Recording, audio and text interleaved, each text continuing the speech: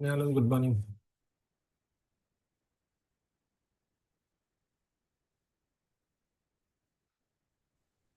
Good morning. Am I audible?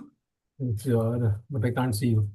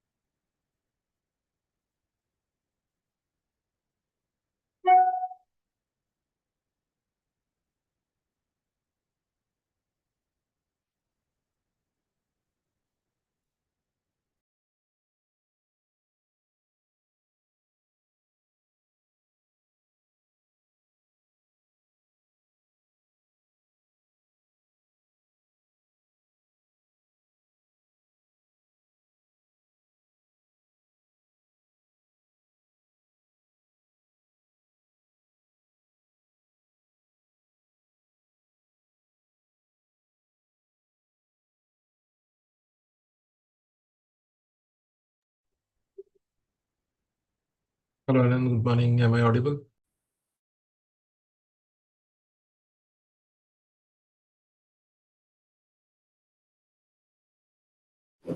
Yes, sir. Audible, sir.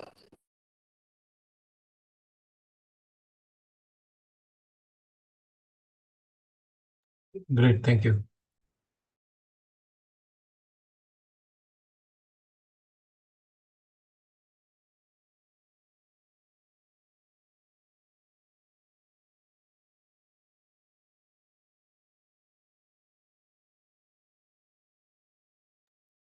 Yes, you're audible.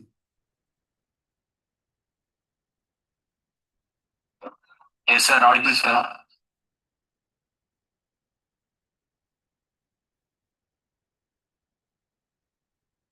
Great. Thank you.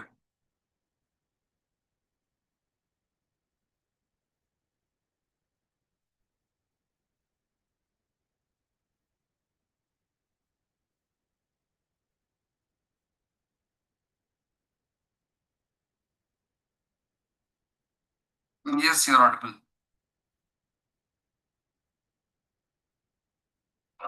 Yes, sir. Audible, sir.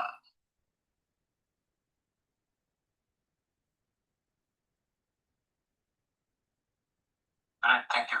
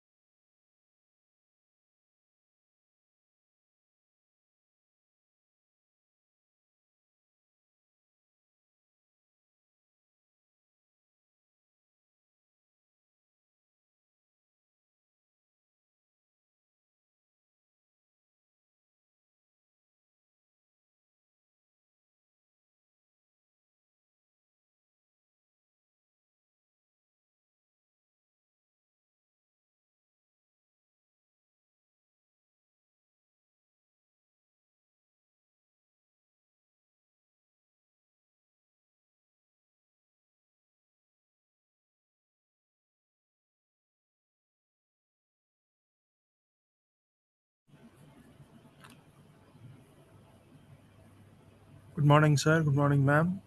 Can you hear me? Yes, I can hear you. Yeah. Thank you, sir. Thank you. I am Dr. Rahot Kandan, sir, from Department of Computer Science Engineering, Christ University, Kengeri campus, sir. Thank you. Thank you, sir. Mr. Kandan, you may want to rename yourself with the name of the college. That will be helpful. Sure, sir. Sure, sir.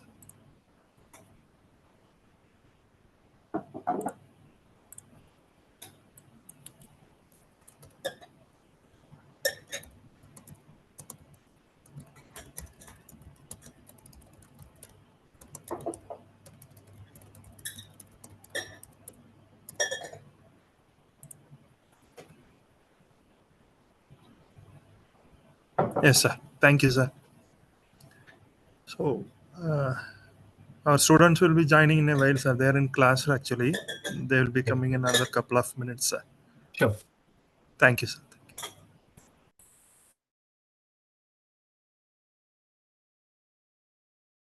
Anand, I'm just trying to play the video once to see that whether it is working fine or not.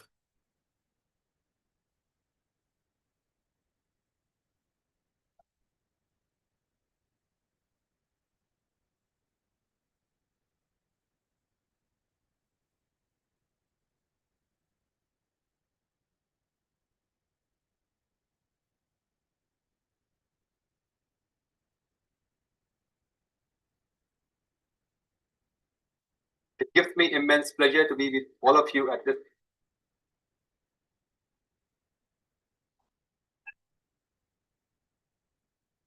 Anand, was that working? Yes, it was working. Thanks.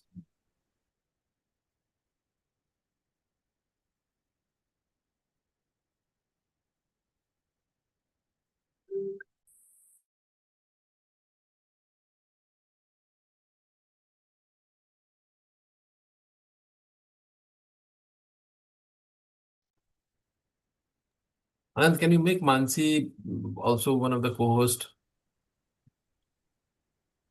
Good morning. Good morning. Good morning. I've shared the Zoom link once again to the announcement channel. Anand, can you make Mansi also one of the co-hosts? Good morning. Good morning.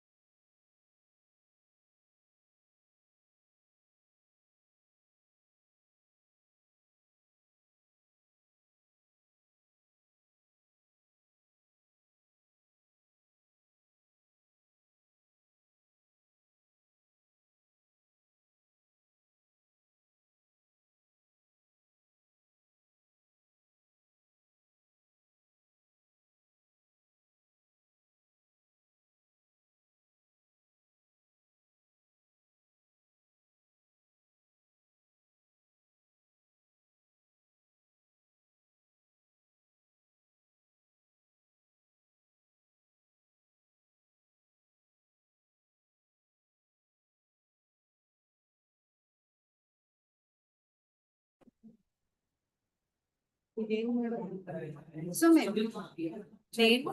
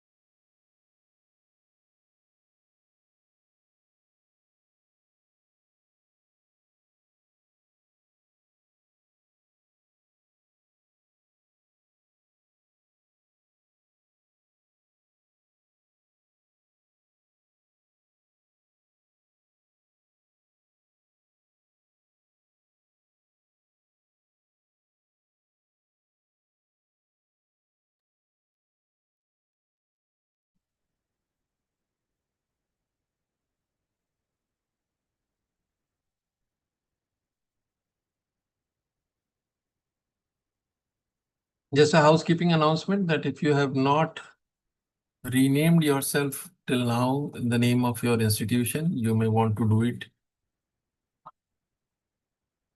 Good morning, sir. Good morning, sir.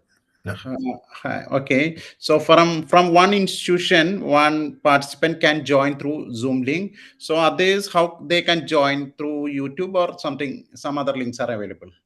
So they can join through the Zoom link. Okay. Thank you. Thank you.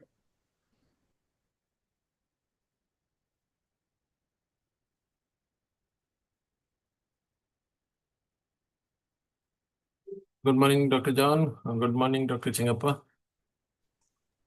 Good morning, Anupam, and good morning, Dr. Changappa. Good morning, Good all morning, others. John, sir. Good morning. All members of IAYPC, Dr. Truchika, Dr. Mansi, Anand. Good morning, sir. Good morning. Good morning, sir. Good morning, all. Good morning, Anupam, and good morning, Dr. Changappa. Good morning, all others. John, sir. Good morning, all. There is an echo All somewhere. members of IA.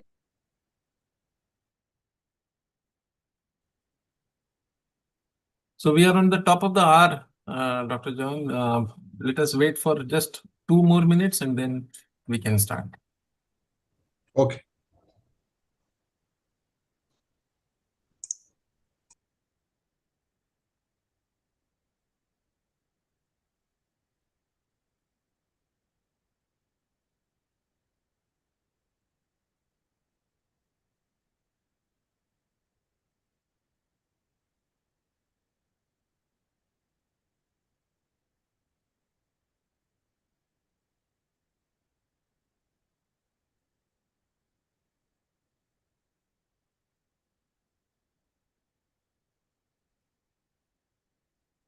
Scheduled on 12th and 13th November, and the final winner will be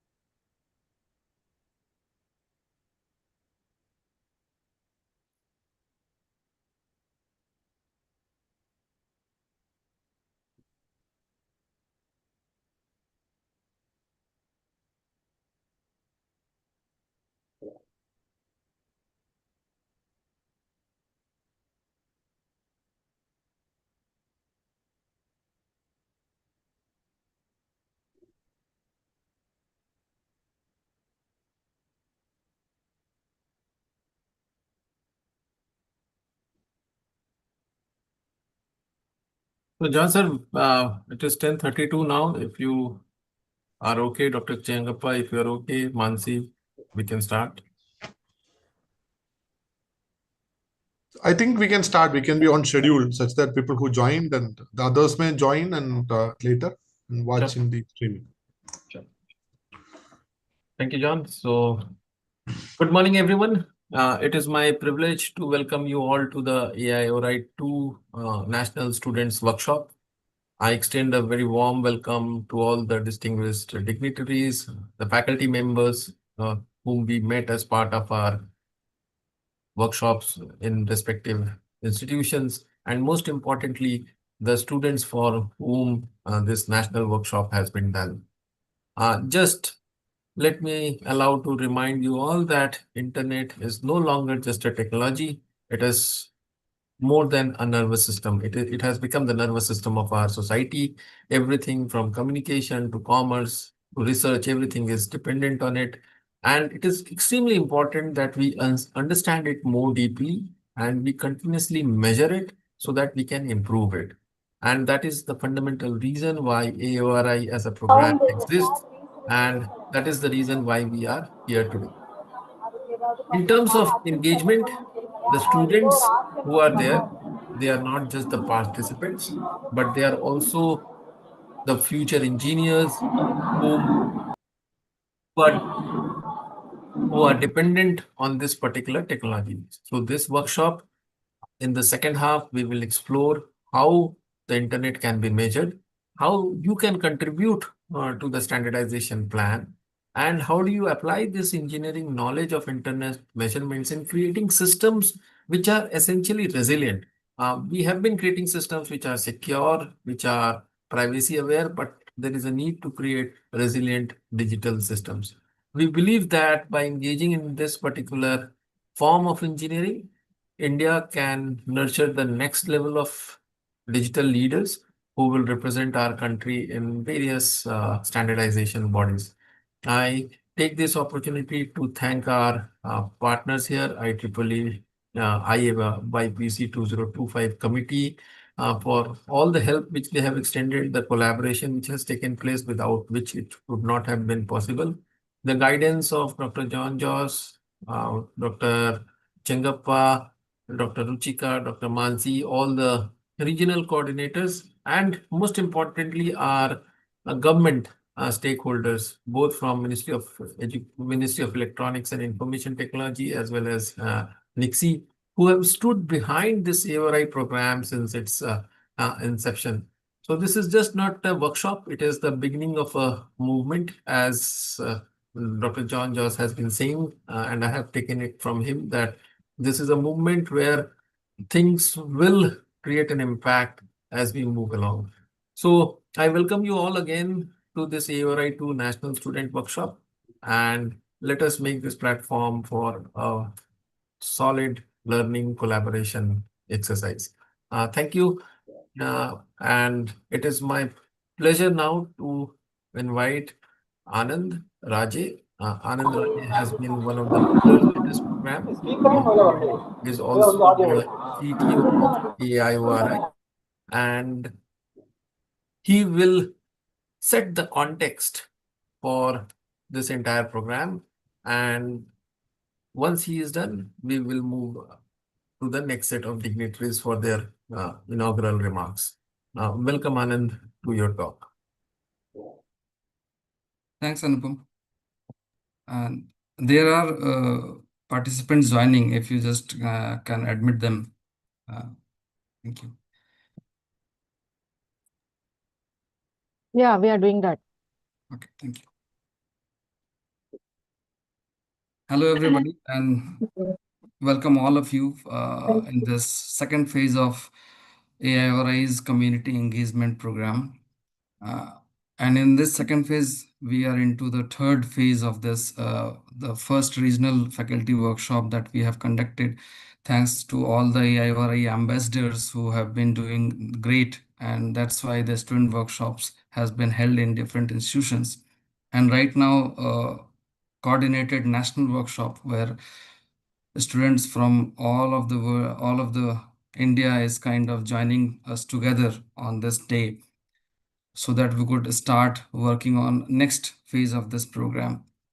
The idea, and as Anupam was talking about, whenever we are working, we are using internet like anything, and it is becoming a part and parcel of our lives.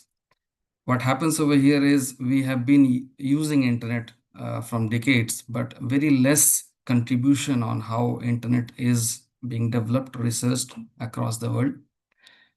And there are problem statements on internet, and there is a scope of learning, evolving internet. Whenever we have taken this particular project, Advanced Internet Operations Research in India, it has started around 2019. We have seen that there are lots of problem statements on internet that was there.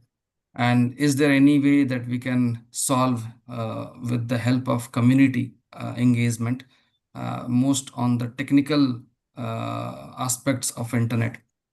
And then this particular project has been kind of created, and thanks to government and other stakeholders who have been a support on this particular project. The idea over here is to understand the nuances of internet, how internet works, what are the technical core parameters of internet, try to understand the underpinning challenges over there, help with the academia, the students and faculties. We could start researching on those aspects so that we can cultivate and we can grow the internet of tomorrow. We could actually work on inventing the protocol parameters, the protocols of internet. For that, what we have done is kind of developed a platform. The platform is available right now, and today in the second half of this particular workshop, you all will be doing some practicals on that particular platform. We are dedicating this platform to the academia, and this particular platform will be used by the students and faculties in their learning curriculum as well. This will also help us in understanding the nuances of internet from a very deeper perspective.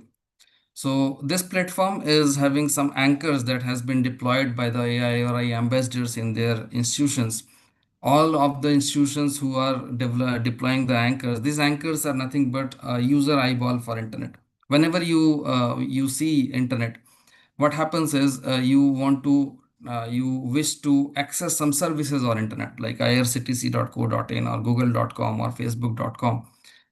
It has many aspects to it. It works on different technologies. Let's say if you start engaging with internet, you have names and numbers like the google.com or facebook.com. And whenever you try to access it, there is one more thing that comes into play is IP addresses, which is kind of the addressing part of internet. Now, these two things are combining is giving you an identity on internet. And then whenever you wanted to wish to access that services, it takes some routes on internet, and these routes are somewhere going through networks. Now, this internet evolution is not static, or kind of this technology is not static. It is always evolving. It is dynamic. And because of this dynamism, there are lots of problem statements that comes up, and we need to understand whether you will see that somewhere the internet is not working properly in parts of your universities, parts of your home and everywhere. But we don't understand that what are the problem statements. We always see that is there a problem statement of the bandwidth, or it is a problem statement of something else. This particular platform will give you more insight into the underpinning understanding of what are the problem statements on internet, whether the DNS is not working, or there is any other thing that is not working, or is there anything that we need to work on so that we could evolve it for the better. So there are various aspects of it. The more concerning aspect, as Anupam was trying to address, is the resiliency aspect. Today, the world dynamics is changing. The internet is decentralized, as we all know. It is kind of governed by non-for-profit organizations. But the fact is, the functioning of internet is decentralized. But whenever we talk of security over internet, the security of internet is not there. It was not there whenever it was invented. it was resiliency in mind, but the fact is it is not secured by design. And when we talk about something which is not secured by design, we have past internet.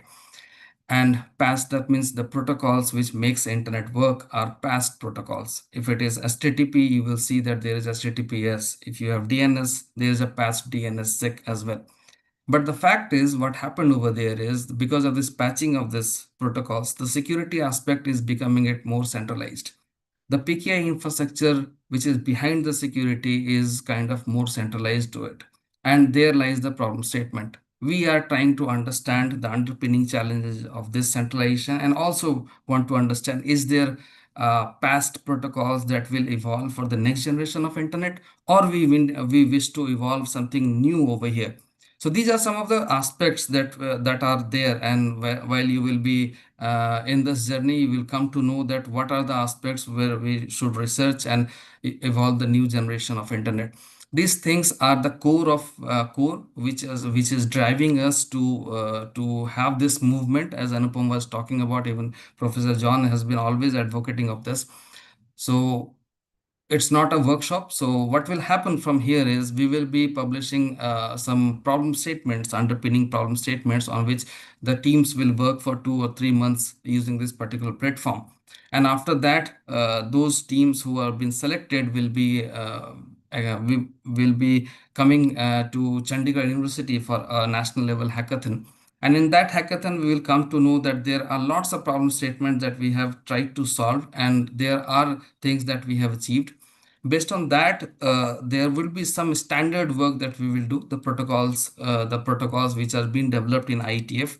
Some of the teams will join us for the next IETF that is happening in March, in which we will actually showcase that how India is evolving to understand the underpinning challenges of internet and also work on the standards infrastructure. So in that way, there is a bottom-up approach wherein the students and faculties will be kind of we have done a capacity building program, then we have run some hackathon, and from a bottom up perspective, there are people in India who are started working on standards development from this particular region. So this is something which is kind of going ahead from this particular workshop till the hackathon that we participate in March. This will happen next year also. So all those who are kind of participating are becoming one of the key playing a key role in this particular movement. One thing is very clear over here is working on standards and working on this kind of perspective is was lagging behind in this part of the world.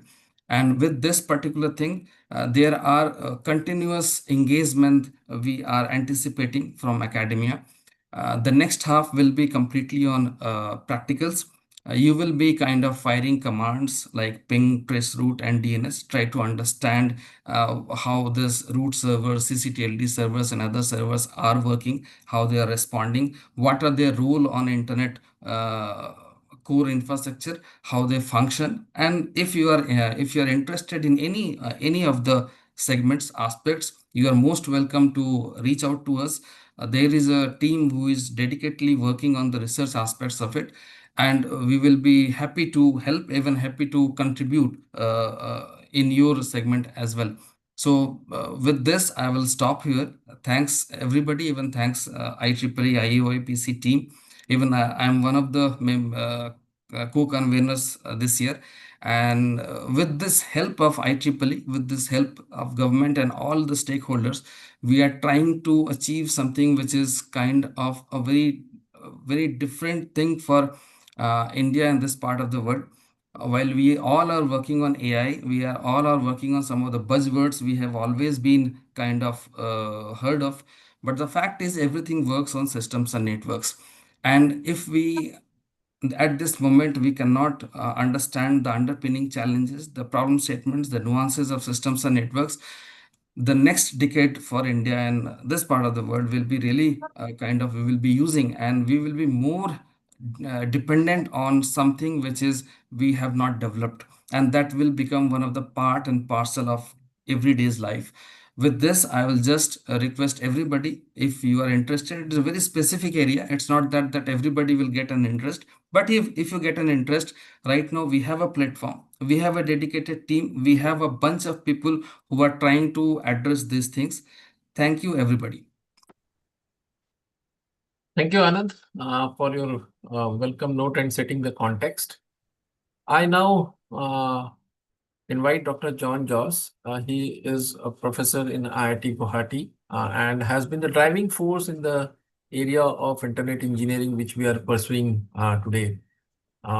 His association with AIORI-2 has been extremely meaningful. And as this workshop aims to build student capacity on internet measurement, standardization, and engineering, these are some of the areas where Dr. Joss' interest is infectious. I have been learning a lot from him in my interactions with him, and I look forward to his talk now so that all of us can get inspired here. Welcome, Dr. John Joss, to this National Student Workshop, and over to you. So, good morning, everybody. Dr. Suchengappa, Vice Chair of IEEE India Council for Industry Relations. My colleagues from India Internet Foundation and who are the backbone of AIORI program, Mr. Anupam Agarwal and Mr. Anand Rajay. Other core members of IAYPC, Dr. Ruchika, who is the convener, and Dr. Mansi, who is the co-convener. Dear faculty members who are acting as point of contact in various regional venues, students and other faculty members who attended our regional programs and today taking part in this national level workshop, and other members who are from industries and from the ministry who will be joining online and later will be watching the live streaming. It's indeed a great moment of accomplishment for IAYPC team headed by Dr. Chengappa and all of us, that something that we planned 6-7 months before is now moving into an important milestone. Just like the way how India is a knowledge superpower in terms of exporting softwares, something that was envisioned 4 decades before by a bunch of enthusiastic scientists or computer programmers. Today, we are second to none in terms of building softwares, the resilient softwares that is running in machines across the planet. When we consider any aspect for growth, especially in the knowledge economy, there are 3 important components. One is there are very few people who know about something and they use platforms for knowledge through dissemination. What happens in classrooms, in labs, in your structured codes, everything is about knowledge for dissemination, where the learned people is creating a platform for unlearned to get a chance to learn, where the knowledge is known and we are trying to do it. The need of India's hour is to make sure that more number of knowledge dissemination platforms are there. And this was one such platform for creating an awareness in internet engineering. We are also working in the background. I hope many of the students who are attending this program from various colleges live would be aware of NPTEL courses. In 2026, the IAYPC is planning to bring in an NPTEL course on internet and engineering, where it may be 20 to 30 hours of lecture jointly taken by faculty members from various institutes, as well as from experts who are passionate about this domain. If you look at the kind of sponsors that has been involved, technically, you can see one of the key ministries, Ministry of Electronics and IT, which spearhead all our India's growth path, is an active technical collaborator. You will also hear from Joint Secretary later. The Office of Principal Scientific Advisor of Government of India, which is setting the tone and path of what is our growth in the next 1 decade for an Atmanirbhar or Viksit Bharat, is also one of the partner. NIXI is another important partner. Pulse Internet Society is another important partner. Why all these private players as well as government entities are all coming together? Because we have a young population, and then this young population, if they are equipped with the right set of skills, and that's a growth path. So knowledge through dissemination is what we thought. Now we are moving into the next phase of knowledge generation, something that is unknown, which already Anand mentioned. We need to have right set of problem statements, which will be kicking off with the help of a hackathon. We will be defining you and you will all come to know there are some interesting problems where we don't know the answer, and who will find the answer? It is the learned community like us, be the faculty members and passionate students from various colleges will participate in this knowledge generation phase, creating something new. And I'm sure some of these people who are very passionate would be then interested. We'll be taking them into global forums, and some of you will find interest in this, and that is where your knowledge practice starts, because you find that knowing internet is yet another means of getting an input, getting it a livelihood, and you make a business out of it. You are going to become the entrepreneurs who will offer services and products which will strengthen our internet. So we look forward for a very successful knowledge or generation that is happened and that is going to happen with the base that you had through the knowledge or dissemination, and looking forward for a knowledge practice. So we really sincerely thank all the faculty members who attended our regional workshops, which held across 11 different cities across the length and breadth of country. Special thanks to all the SPOCs from various cities who are very proactive. I know it's a festival season in India. If you look forward a date where there is no festival, it will be very difficult. So some of the reason that we are having not much participation from certain portion of the country is because of the festivals, because of the cultural enrichment that we have. And in northern part of India, we also have some extreme rainfall, which can cause then disruptions in class. The live streaming of this would be later available in YouTube also for people to watch. And we also request you to consider working with these problems and actively take part in the hackathon, such that you would be able to come to the mega finals, which is scheduled in Chandigarh University in Punjab in the second week of November. So I once again congratulate all of you, and I really appreciate all of you in taking your time to be part of it. Let us work together in making a resilient India in terms of a stable internet is concerned. We don't know the kind of applications that are going to come in future, whether we are taking internet as granted, whether this bandwidth is sufficient to offer quality of service. Do we need to understand what are the bottlenecks? Do we need to sensitize the appropriate bodies that we need kind of an augmentation that is required? We need a course correction that is required. We need to strengthen with more technologies and innovation that has been coming. And it all happens when we have a set of passionate people. So we have a lot of your faculty members are already AORI then ambassadors.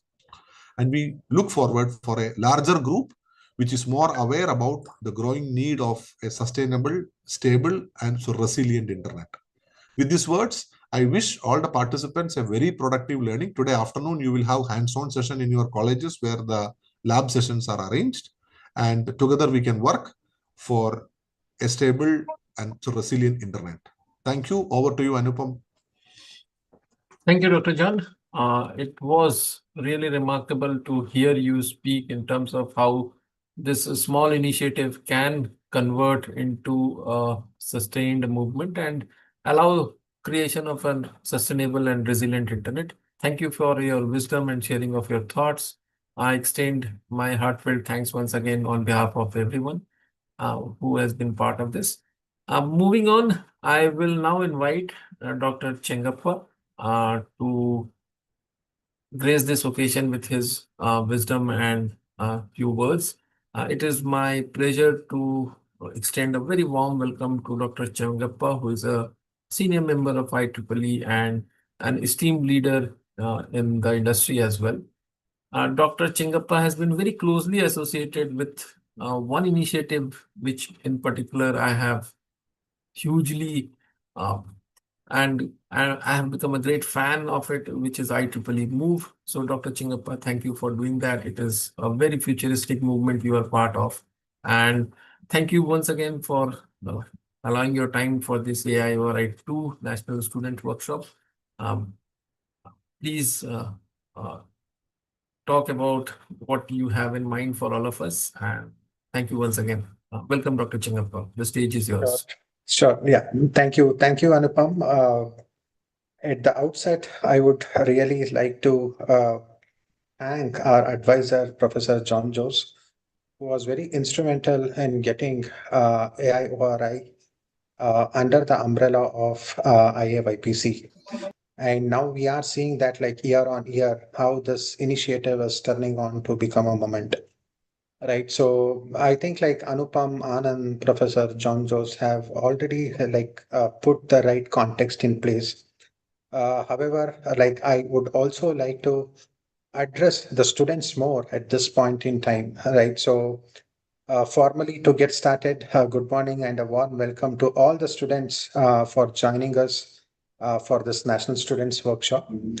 And when you are attending this workshop, remember that you are not merely participating in yet another session, but you are transferring, you are stepping into a catalyst of transformation, right? So every talk that you listen to today, so every session that you undergo, and every question that you ask contributes to a ripple of change, one that imparts confidence, clarity, and direction to your journey in internet engineering, standards development, and innovation, right?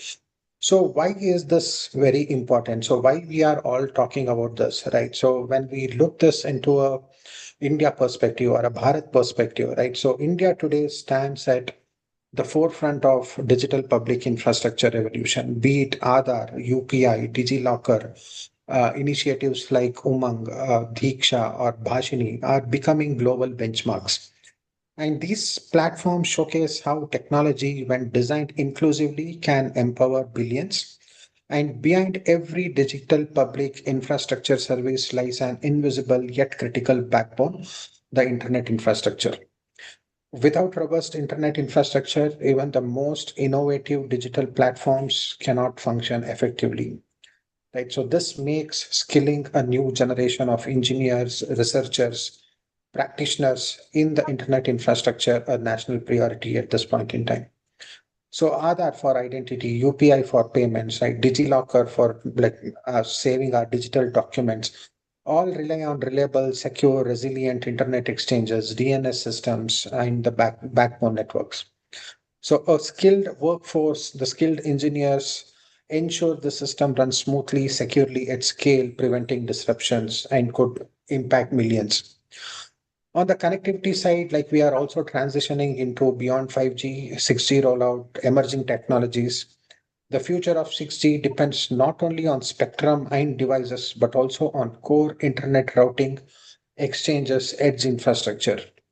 So students who can upskill on these domains enable the nation not just to consume these technologies, but also lead in setting global standards. So when we talk about connecting the unconnected, bridging the digital divide, so urban India has largely embraced digital services, but rural and remote regions still face connectivity gaps.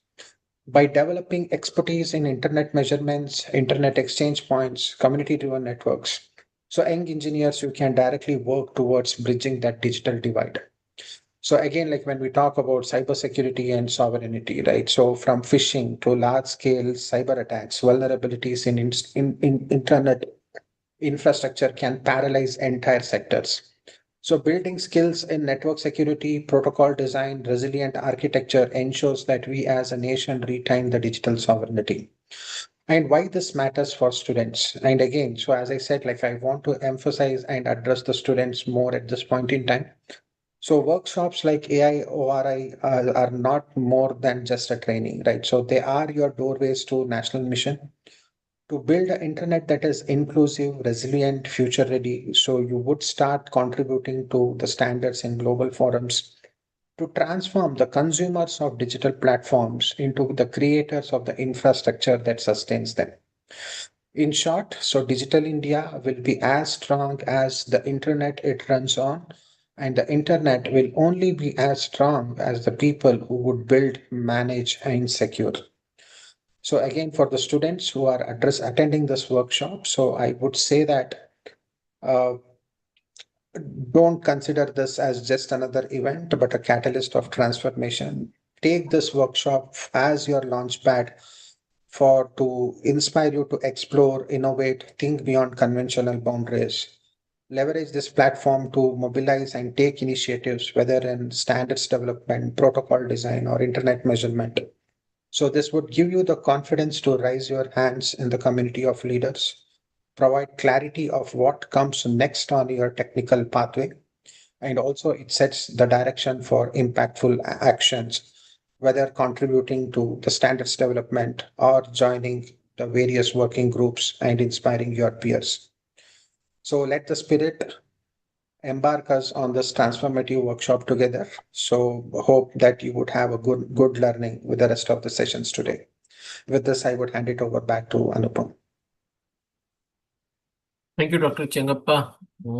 Thank you for inspiring the student community which is present today with us. Now we will move on to hear what the government has to say on this particular initiative.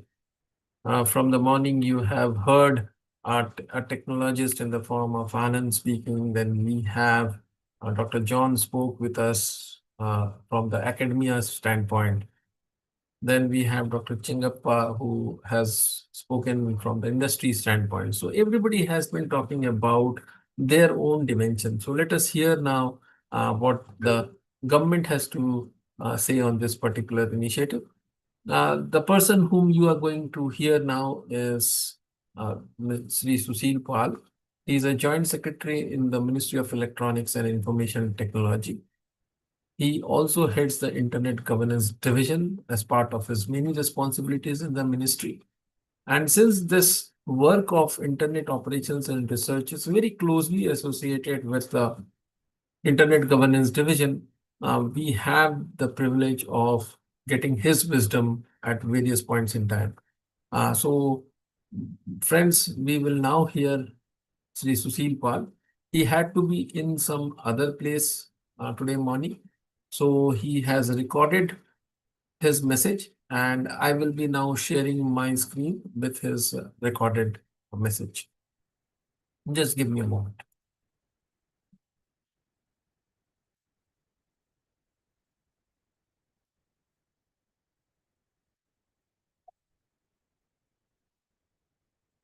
Good morning, everyone. It gives me immense pleasure to be with all of you at this important gathering of young minds under the banner of AIORI-2. This initiative is not just in the workshop. It's a platform where the next generation of India's engineers, researchers, and innovators begin their journey towards shaping the future of Internet. The Internet today is not just a network of the network. It's very lifeline of our economy, of our education, our healthcare, and our governance. To ensure that it remains secure, resilient, and inclusive, we need to measure it continuously, just like a doctor monitors the vital signs of the body. Without the data, there can be no diagnosis, and without diagnosis, there can be no solution. This is where all of you, students of engineering and computer science, play a pivotal role. The anchors which are being provided as a part of the AIORI project, it provides you a playground for you to measure the Internet. By learning to measure the Internet, by deploying these anchors, you are enabled to run the experiments, and by analyzing the results, you become the engineers of the Internet. But measurement alone is not enough. To translate the research into the practice, we must contribute to the standards, which are the common rules and the protocols that allow the Internet to function seamlessly across the world. Historically, much of this work has been dominated by developed countries. Today, India must claim its rightful seat at the global standardization table. And the way to do this is by empowering our students and the researchers to engage with organizations like IETF, ISO, and IEEE. By bringing your voice, your data, and your innovation into these forums, you ensure that the Internet reflects not just the global needs, but also the global reality. Measurement and the standardization must finally translate into engineering, that is, building better systems, deploying resilient networks, and creating scalable solutions. Whether it is the DNS security, routing frameworks like Xeon, or indigenous innovations such as DNS in a box, India needs engineers who can design, test, and deploy with confidence. I urge each of you to see this workshop not just as a one-time event, but as a beginning of a long journey. A journey where you measure the internet with a scientific rigor, you contribute your insights to the international standard, you engineer the networks and services that will serve a billion plus Indians.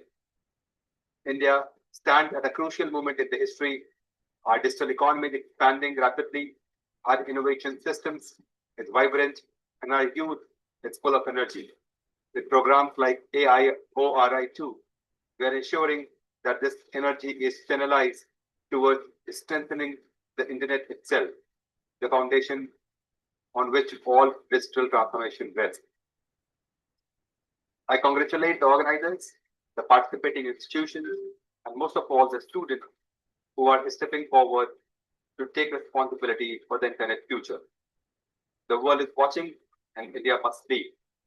I must also inform the students that NIXI and the Ministry of Electronics and IT is ready to support the student for any product or any standardization project which they choose to participate in any of these forums. And I urge you all to reach out to us for any support you need for development of any standard or protocol for the internet operations. I would also like to inform the student community here that NIXI is in the process of setting up an internet lab, and we look forward to the very keen students who are ready to actually work on the internet operation with NIXI for doing more advanced research on the internet operation. Thank you, and I wish you all for a productive and inspiring workshop.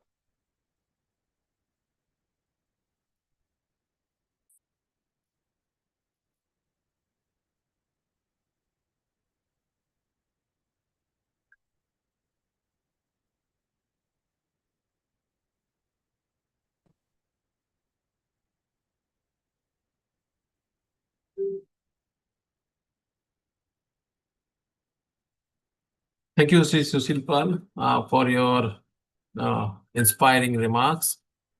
Now I will invite Ms. Mansi Subedar for her remarks and also the vote of thanks for this inaugural session. Over to you, Ms. Mansi. Yeah. Am I audible clearly? Yes. Okay. So good morning, everyone. The team at IYPC and the team at IFAN, thanks for giving me this opportunity to present the vote of thanks. As said by all other speakers, I would like to repeat this, that this is the third milestone that the team has achieved after conducting the regional workshops in 11 different cities across India. And then the faculty members who attended this workshop, they have conducted the student awareness sessions in their own institutes. So this is the third step, the third milestone that the team has reached, obviously with the support of all of you. So I would like to thank Dr. Chengappa, who is the Vice Chair of Industry Relations at IEEE India Council, Dr. John Jose, Advisor IAYPC 2025, Dr. Ruchika Gupta, Convener IAYPC, Mr. Anand Raje, who is the co-convener of IAYPC and also the co-founder of IFAN, Mr. Anupam Agrawal, Chair IFAN, and then the various government agencies which have supported this initiative. To name a few, we have support from Ministry of Electronics and Information Technology, Government of India. The support is also received from Internet Society, NIXI, Office of Principal Scientific Advisor, Government of India, then obviously from IFAN. So with the support of all these agencies, it has become very easy for us to reach to the wider audience. This initiative is a joint initiative of IEEE India Council, Industry Academia, Young Professional Committee 2025 and IFAN team. So I would like to thank each and every person who is involved at both the ends, IAYPC as well as IFAN. the faculty members who attended the regional workshops and have taken all the efforts to ensure arranging the student awareness workshop at their institute. I would like to thank all the SPOCs who have helped us to reach to all these 11 cities, and then the students. So as Chengappa sir said, this is just the beginning for students, which they can use as a great platform to collaborate and to work together with the greater perspectives. So we have the detailed schedule available for this workshop on the website, which is shared with the faculty members. I request all the students to take maximum benefit of this workshop, attend all the practical sessions, and actively get engaged with this domain, which is slightly not covered mostly as compared to the domain of AI/ML, cybersecurity, blockchain, etc.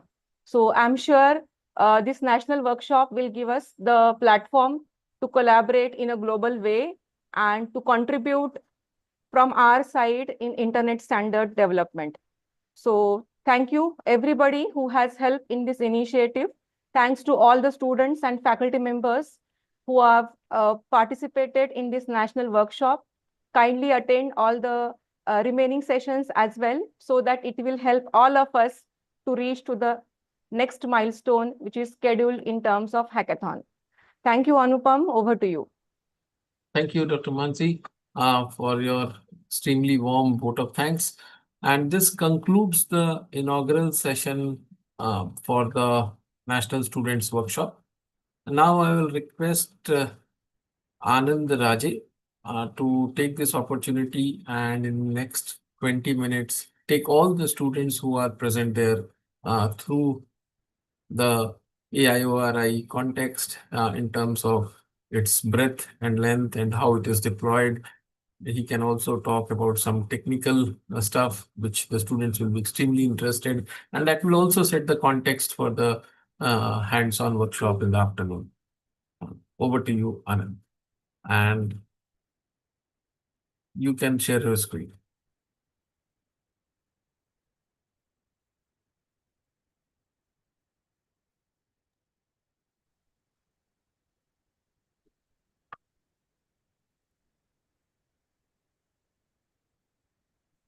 My screen is visible, Anupam? Yes, it is. Thanks, Anupam, for the opportunity, and I'll try to make a quick session over here so that in the second half, what we wish to do, we could have understanding of the core ideas over there. So this particular workshop has been is playing a pivotal role in the overall gambit of AIORI-2. And most importantly, when the AIORI ambassadors, the faculties who have taken part in skilling themselves to understand what this platform is all about, it is translating that ideas, that knowledge to the students who would be working on this particular platform along with the faculties. The idea over here is to work on the standards, work on the measurement part of it. To have that thing, I'll try to put some light on the basics of internet and then try to understand some of the protocols, some of the commands which can be useful for them to understand the basics of it, and then they can go one level up and can work on the protocols, the development of it. If we see this particular platform, the vision was to have, whenever we have developed this internet measurement platform, the vision was to measure the internet protocol parameters from various regions in India and try to understand the basics of what are the problem statements on internet services, whether the latency is high, whether it is doing a routing detour, or there is some issue in some of the servers deployment. While doing so, we have seen that there is an untapped community, academic community, who could be very much beneficial on this. First of all, they could start learning, and then they can start contributing. Internet is for all, and it is being developed from a bottom-up perspective, where there are regional problem statements that has been solved. There are problem statements which has been solved by the regional people, and then this particular internet has become scalable. So the first idea was to have a learning by doing platform that we could build. So we have done that, an academic interface wherein there is a faculty can enroll into that portal, and then on that faculty portal, the students can be enrolled by that faculty, and then assignments can be given to the students, and they can work on those assignments. Second part of this is you can work on internet health and diagnostics. You will acquire real world skills to monitor and troubleshoot internet performance parameters. Now, this is something which will be useful for the academia, as well as it will be useful for other stakeholders like ISPs, the enterprise networks, the CDN providers, the IXPs, and others, to understand their part of delivery and what are the problem statements they are facing by measuring each and every perspective of internet. Now, the third scope was to engage in global standards. While this internet is completely dependent on protocols and standards, this has been developed by different standard development organizations. The idea was to involve in that SDOs, the academic community. So we have developed some interfaces, some of the platforms where there is a plug and play opportunity to develop some kind of a protocol and then try to test in this particular measurement platform. Then capacity building and mentorship that we are doing through this particular outreach event, and then contribute for future of internet. The internet is evolving, and there are lots of regions in the world. They have started working on understanding the key challenges of internet and changing it for the better. So we need to kind of work on that bandwagon. I'll just put across some light on internet. It will be useful for the students who are just getting a first-hand experience of how it works. You will see internet is everywhere, and this particular slide is showing a kind of visualization of how internet is kind of deeply integrated in our lives. And you will see there is one protocol that is de facto for internet, the TCP/IP protocol, which drives the internet, and it is kind of a protocol which is a layered protocol. That means a protocol is something whenever we talk about anything, if there is a protocol that we understand that these are the set of rules that we need to follow in terms of doing that particular task. Why it has been there for internet? Because internet has been will be used by the heterogeneous devices, heterogeneous platforms. There should be some common rule that will be adopted by each and every person, each and every entity, each and every middle box, each and every device that operates on this. And that's why there are protocols, a set of rule that is followed by each and every device or entity that is on internet. So there are four layers of it, and we will be more focusing on this particular AORI project. We are more focusing on DNS, the network access, the internet, the BGP protocols. Now, if you see, whenever we talk about internet, what is internet? If you think of internet, it's networks of network. And whenever we think of network, it's kind of two devices, they connect with each other. And the base of it is, it's a signal, anything that carries information. Now, in a switch, what happens in a classroom, if you are there, then each and every person can talk with each and every person. It's kind of a broadcast domain. So and then a router that routes packets from one particular network to another particular network. These are two underpinning network access technologies which are used for any kind of networks. So if you have a switch, then definitely all the nodes which are connected to it, they can easily connect with each other, and it's a broadcast that everybody gets it, and based on that MAC address it is delivered. And in the router, it is very specific. It works on an IP layer. So there is a network, which is, if you have an Ethernet or WAN, Wi-Fi, it is kind of that network access layer. And then the router that works on the network layer, the internet layer. In that layer, we use IP, the internet protocol addressing, which makes that one particular network connects with another network. But there is more about internet. If we are talking about networks, we are talking about routers, switch, WAN, and other topologies.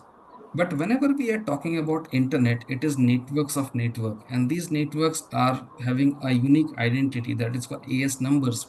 So let's say if you have a Vodafone connection, you will have another AS number. You're inside an AS number. And then if you are on Geo, if you are in BSNL, if you are in other networks, then you are in different AS numbers. And then the Facebooks, Googles, IRCTC, and others, they have their content in their own AS numbers. In that way, these networks connect with each other. And this connection is done by one of the protocols that is called BGP. So BGP is one of the key pillar protocols of internet, which if not there, then you cannot envision internet. So what happens over here is this BGP protocol is kind of connecting one AS number to another AS number. Then where these IP addresses come from? These IP addresses are actually bunched together in an AS number, and these AS numbers announce those IP addresses to the different AS numbers. Now I'll talk about more on the physical layer of it, the network access layer. What happens over here is on internet, if you are accessing something from California or something from Australia, from Singapore, there are two things right now it's working. The first thing is the submarine cables which are there in the oceans. These are the cables which are transferring from your packets to the destination from India to other countries, and the cables, fiber optic cables, which are laid in terrestrial regions in India. So these are the fiber optics which becomes the backbone of the internet connectivity at the physical layer. And right now we have heard of the LEO satellites, which are also becoming the next generation internet network access layers. Now there are problem statements on LEOs, and there are problem statements of fiber optics also. So what are the problem statements? What are the challenges over there? We need to measure them as well to understand which services are more efficient in fiber optics communication kind of network access, or which are in the LEO, and how we can adapt to them. What are the contents that are what can be available into using one of the access technologies. If you see this the map of the whole world, this is how the whole world is connected on internet at the physical layer. And one of the fibers, it goes from one particular country to another particular country, and then it is kind of a big infrastructure that has been built from years. So whenever you are accessing Facebook, WhatsApp, or anything you are accessing, it's not a taken for granted thing. There are lots of players, there are lots of stakeholders. They have built this particular solution for us so that we could have those services available for us. And it is very high time to understand those technologies, because if we don't understand it, we will be always be an user. As a student, there are lots of things in your platter to choose from. This is one of the thing, the systems and networks. Whenever you will start working on it, you go deep dive into this, you will see that there's a stability in this particular career, and then you will understand that yes, this is something where very few people from this region are working. There are enterprises, there are organizations who are seeking the people, the persons, the skilled manpower who could work on systems and networks, and they are not readily findable.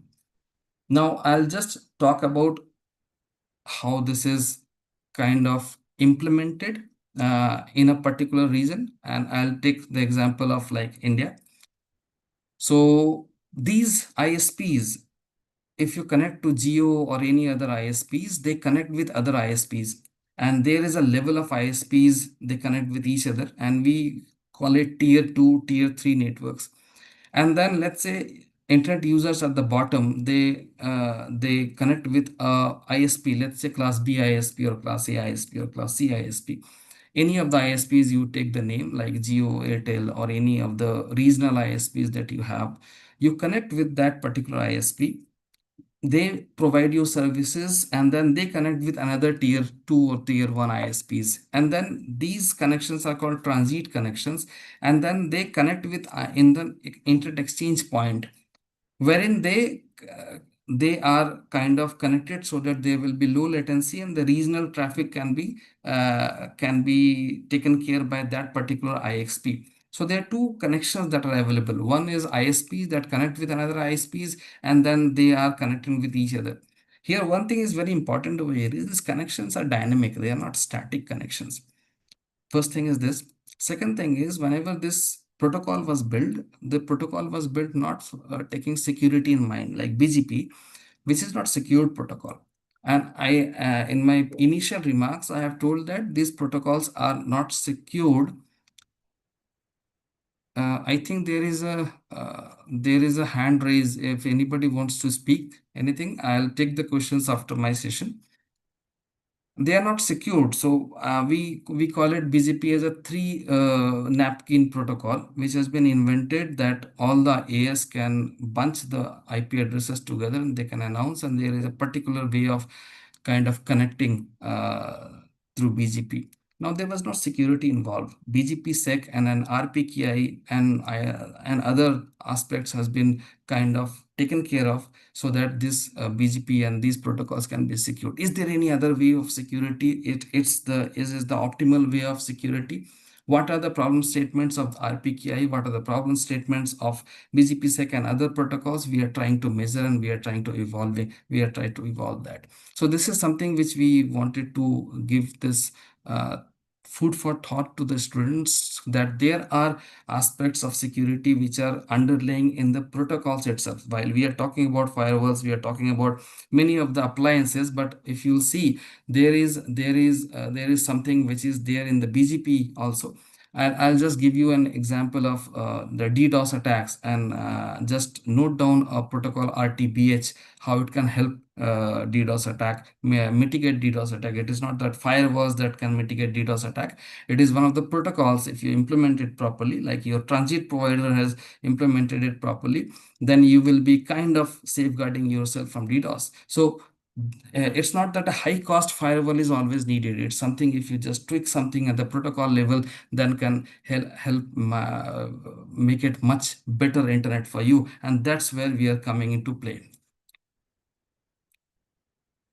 These are the telecom service providers of India we talk about. And these are some of the global and India internet organizations. Now, what happens? Somebody can have an understanding of how internet is governed across the world. While the history of it is, internet was invented in US during the war times, and whenever it has given to the whole world, there was a model that was conceived as multi-stakeholder.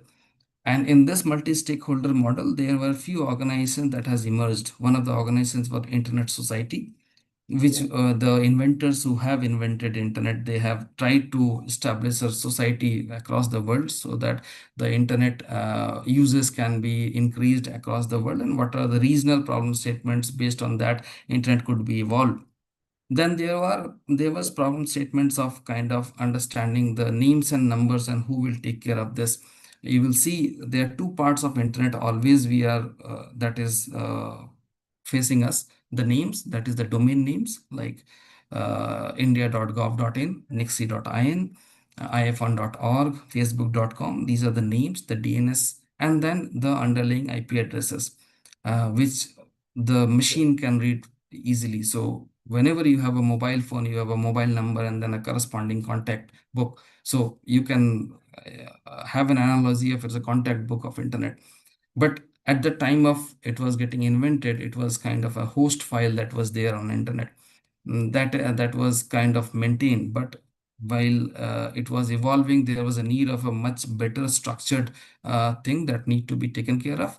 And then DNS was invented. And then there was an organization that was needed to manage these things. And then ICANN emerged as one of the multi-stakeholder organizations which manages names, numbers, and protocol parameters. If you have heard of 404 error or 500 error, whenever you access any website, there is a number attached to it. And the definition of number is also attached. This number is maintained by these organizations. There is a function called IANA of ICANN, which maintains names, numbers, and the protocol parameters. Whenever you get an IP address, you get an IP address to access internet. This IP address is given by your ISP, but this ISP is not kind of the whole and sole authority of the IP address, because internet is a global entity. So the IP addresses should have uniqueness. It's not that the pin code of India will not work in Singapore, right? Because they have a different authority. The Postal Department of India is different from Postal Department of Singapore. But for internet, it is a global entity and global ecosystem. For that, there is a uniqueness that is needed, and that's why the IP addresses and the domain names are having some central attribute attached to it, and then it is kind of distributed through proper organizations, and IP addresses are distributed through RIRs, regional internet registries. I think there is, yeah. So there are 5 RIRs we have: ARIN, LACNIC, AFRINIC, RIPE-NCC, and APNIC. These are the regional internet registries who are responsible to provide IP addresses to their regions. In India, we have IRENE as the National Internet Registry, which provides IP addresses. And in turn, these IP addresses are given to ISPs. ISPs provide these IP addresses to you so that you get this IP addresses and you work on you can access internet. So here you have regional internet registries. Now these regional internet registries, whenever they provide you IP addresses, they have their WHOIS database along with them. So there are lots of things that happens whenever you access internet. These are the organizations which make these things enable. While you understand these organizations, you will better understand how internet functions. And then the technical functions of these organizations, you will get to know that where the changes need to be taken care of, how to, whenever we are evolving internet. Now I'll just quickly go through some of the features, some of the things that happens for students' mindset to understand how it works. Let's say if you want to access icann.org or any other website, what happens over here is this particular your browser goes and try to find what is the IP address of this icann.org. While finding this, there are various aspects to it. It tries to resolve your DNS from name to number. And during this resolution, there are few things that happen. You have heard of host file that resides in your systems directory in Windows and Linux as well. This host file is something, a legacy from Sir John Postel, who used to have a host file in his machine and try to circulate this host file. Everybody who is kind of coming into on internet. And this host file, if you change that host file to some other IP address for a domain name, you will see that the browser is accessing that IP address. So first of all, it tries to get into that host file, the browser cache. If it is not finding the IP address over there, it tries to get into the name servers, the recursive resolvers. And then this recursive resolvers acts as a query service for DNS. If you heard of databases, and as an analogy, you have a database over there, and then you have a query language that SQL. The same way, you have an authoritative server which is having DNS record, and then you have recursive resolvers which are accessing those authoritative servers to get your data. In RDBMS, you have a data in a flat kind of a row and column style. Here it is in a hierarchy. You have a root server, then you have a ccTLD and TLD server, and then you have an authoritative server. And then you get your IP addresses, and the IP addresses are kept in resource records. We call it resource records. And then these IP addresses, whenever you go to that, it takes that whole thing for you. And I'll just give you an example of this, how it happens. And it goes to the root server, it goes to the authoritative servers, it goes to the TLD and the SLD servers, and then you get the IP address, and whenever you get that IP address, then the browser knows that where to get that file of icann.org in a particular web server. And then it tries to go find the root of that particular IP address, goes to that web server, fetches the file, and then you get the web page. See, whenever you start query on an internet, there are bunch of servers, there are bunch of technologies that take very few milliseconds to respond to you. Think of what kind of technologies that are behind it. What are the organizations, what are the entities who are working on it? There are various entities in this, and each and every entity is doing their part. And the security of internet is not a one entity's job, it is kind of multiple entities job. The resiliency is also not a one entity job, it is kind of a multiple entities job. And then whenever we combine all these aspects, then we can have a resilient and secured internet infrastructure for our region and for the whole globe. And there are lots to work on this particular domain. It's not one protocol, there are thousands of protocols that make this happen. We are just trying to address some of the protocols for the basics of it. And if you understand, you start understanding this, you can work on multiple various protocols that are there available. So what will happen in the next part of this? The next session, the next half of this particular workshop, we will start measuring the internet. All the faculties will be enrolling you in one of the students' account in v2.aiori.in. They will be giving you assignments on that. On that assignment, there are three protocols that you will test: the ping, the traceroute, and the DNS. Let's say if you ping ican.org, what happens over here is it replies with your TTL, like 309 millisecond, 314, 277, 336. These are the milliseconds. It gives you a latency, that how much latency that particular wave server from whenever you have gone, reached out, and you come back, what is the round trip time? Based on that round trip time, we try to assess some of the features, some of the services which are accessible in very less latency, which are having very high latency. In that way, let's say all of your students are kind of measuring from different anchors from different locations in India. You will get to understand that because you have a proper bandwidth, like 100 Mbps or 20 Mbps, but you will see that some of the services are having faster latency, bigger latency. Some of the services are having lesser latency. In that way, we try to understand using that bandwidth only. There are services which are not accessible properly to you. There are services which are accessible properly to you. We try to address this gap. To address that gap, we need to understand what are the underlying problem statements of that particular service delay. So this is first of all to understand, yes, there is a service delay, and ping is one of the commands which gives us understanding of, yes, this is the latency and this is the service delay that we are experiencing. Then you can find a trace route over there to trace that particular route from that particular anchor to that particular service. In that way, we're trying to understand, is there that, let's say there is a small path that is available, like a 2 or 3 hop path, and it is taking a routing detour. It may happen because let's say there are lots of AS numbers communicates with each other. It may be a possibility that, let's say, if you are kind of accessing from Trivandrum, Chennai, or Delhi, the content is accessible in Delhi, but you are taking a routing detour to go to Chennai and coming back. It may be a possibility that you go to Amsterdam and then coming back. That's called international routing detour, and then could be a routing detour at the national level. So this you will understand using this. And these things are there in the handbook that has been provided, that what are the traceroute results and how to analyze those.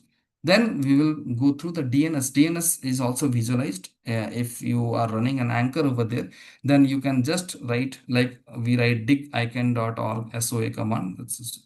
Then it gives plenty of example of plenty of information to that.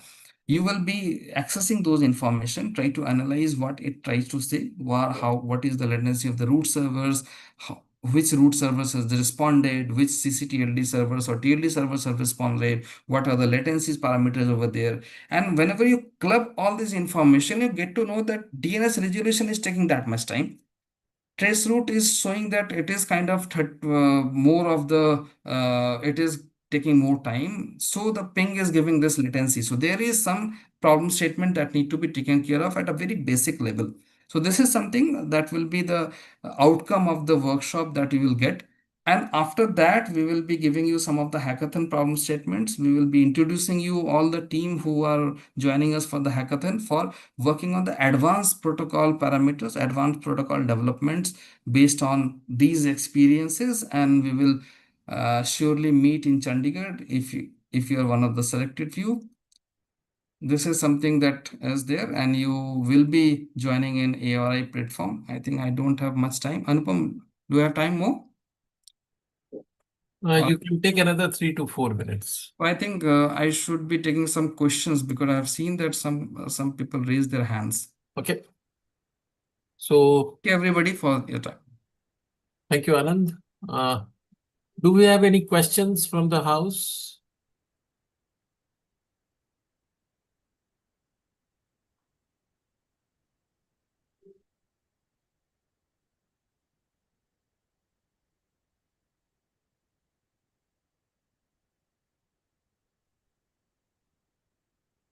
No, Anand, I don't see that hand now. I also saw a hand, but that hand has disappeared. Okay, okay. They can post in the chat box if any student is having doubt. They can post in the chat box also. That's fair. Okay. Yeah, we have a hand from Vellore Institute. Yeah, Vellore Institute, please go ahead. Good morning. So I'd like, am I audible? Yes, you are. So I'd like to ask this question. When I tried checking the website, the v2aiori.in, I found out that only the ambassadors, they are able to Your voice is breaking. perform the ping operations, trace routing, DNS. Am I audible right now? You are breaking. You are breaking. Hello. You are breaking. Am I audible right now? Yes, you can put. Okay. in the Am chat. I audible right now? No, you are still breaking. Can you put your question in? I'll post it in the chat. Yes. Thank you. There was a hand from other student.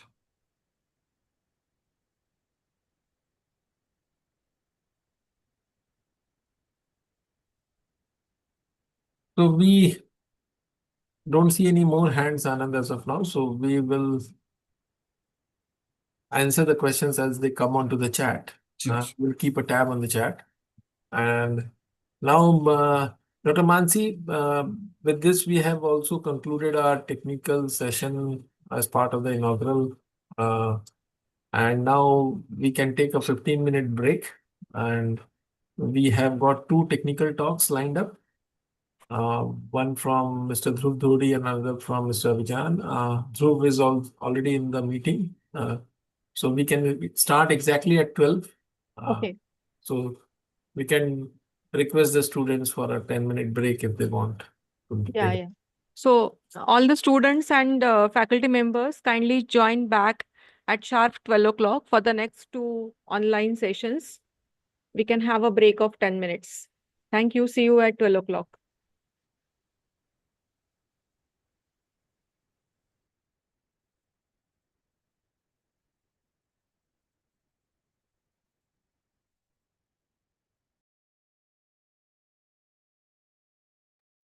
Anand, you may want to respond to the question in the chat from Vellore Institute of Technology, Chennai. Sure. Dhruv, if you can hear me, can you do a quick sound check? Yes, can you hear me? Yes, I can. Perfect. I can see you as well. Let me see that I have sharing thing or not. Yeah, you are the co-host, so you will have it. Okay, perfect. So we started at 10:30 sharp, 10:32 to be precise. So Hi, Dhruv. Hello, we hi Anand. we are already 1 hour 15 minutes into the program. So just 10 minutes of break, and then we will start the session at 12. And I have 30 minutes, correct? Yeah, you have 30 minutes.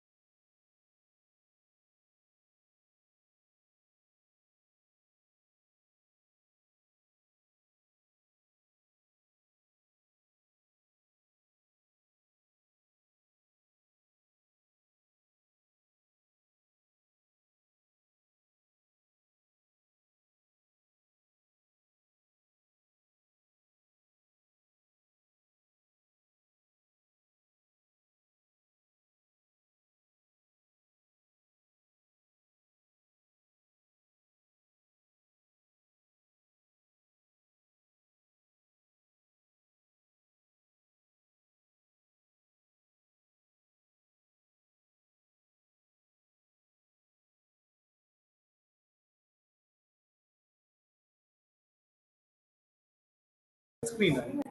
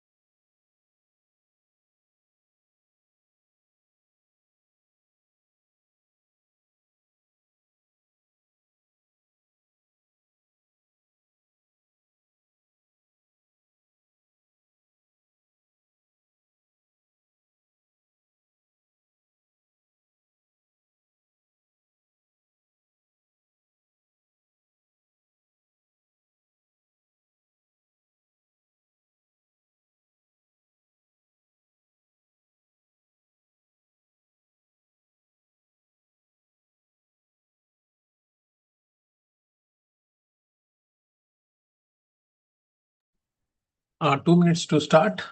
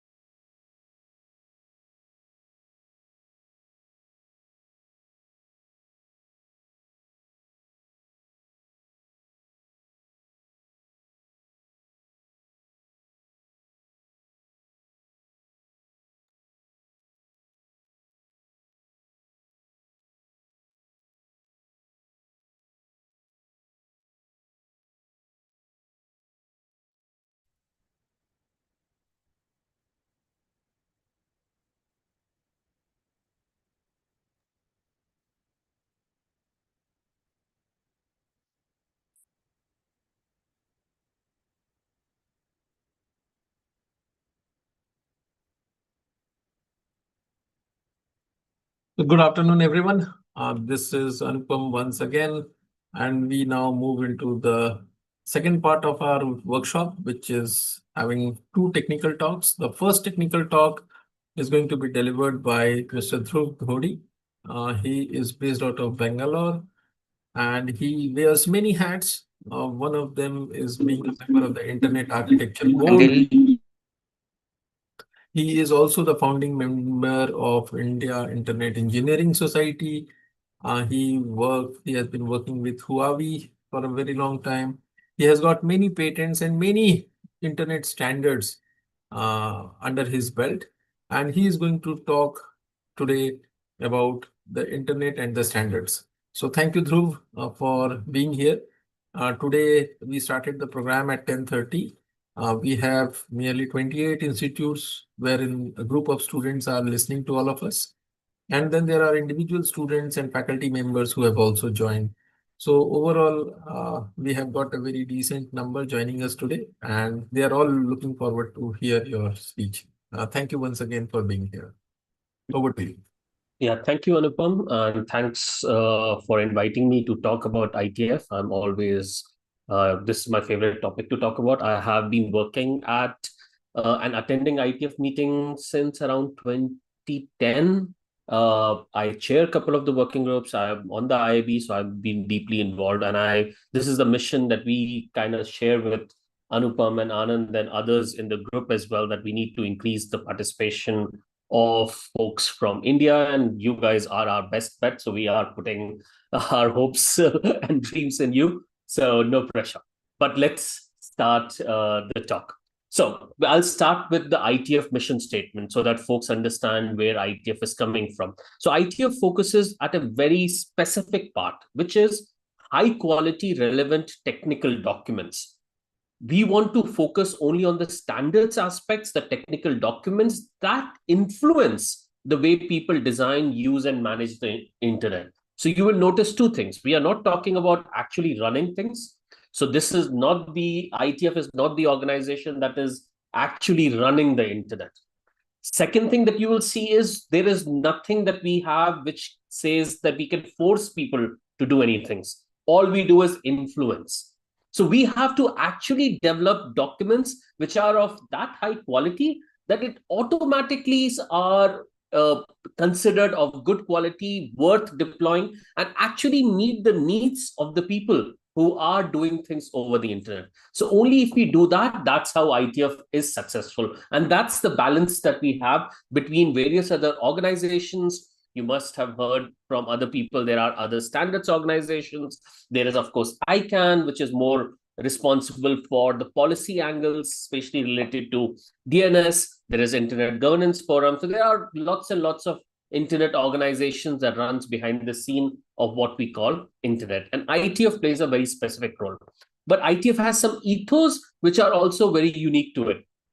First, everyone can participate. What that means is all you need is an email address. And just by that email address, you join a mailing list and you are part of the IETF. IETF doesn't have membership. It doesn't have any dues. You don't have to be half a particular qualifications, none of that. Anyone with an email address can come and participate in an IETF. All our work is made available for free. Not just our actual standards that we develop, but everything in between. All the copies, which we call internet drafts, which gets evolved towards the standards, all our meeting minutes, slides, everything is available made for free, with the aim that people should be able to become part of the internet by just implementing those standards. And we want innovation to happen. And that can only happen if we make all our things available for free, as well as bring confidence in people that, look, by doing things in public, we can be trustworthy.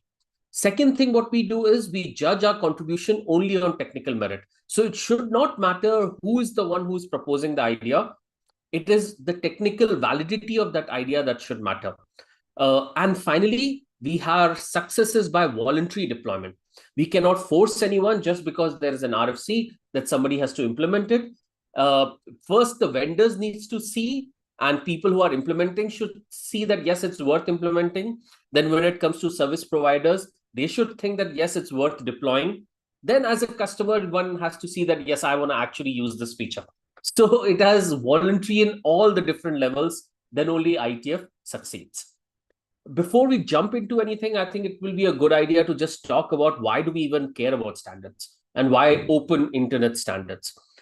Idea of the internet, as Anand was describing, was all about connecting various different networks, and all those networks don't look alike. They are all heterogeneous. They are sometimes running different protocols inside each other's. Sometimes they are doing things via different policies. Sometimes the governments and nations have restrictions, so they put different policies. But what needs to happen is we all need to agree on some basic protocols. This is how we can connect a device. And various examples that Anand mentioned, from DNS to IP to ping to traceroute to measurement, everything, all of them have to be standardized. Only when we write that down at the IETF as a standard, then only the interoperation can happen. So that, let's take an example of HTTP. Any browser on any kind of device, whether it's mobile phone or whether it is your laptop, Mac OS, can talk to any server because the HTTP was standardized. And anyone who comes up with a new idea or a new way of doing this, they don't have to worry. They just have to implement that standard. And by making it open, we allow it to be innovation to happen, that you could see exactly what is happening.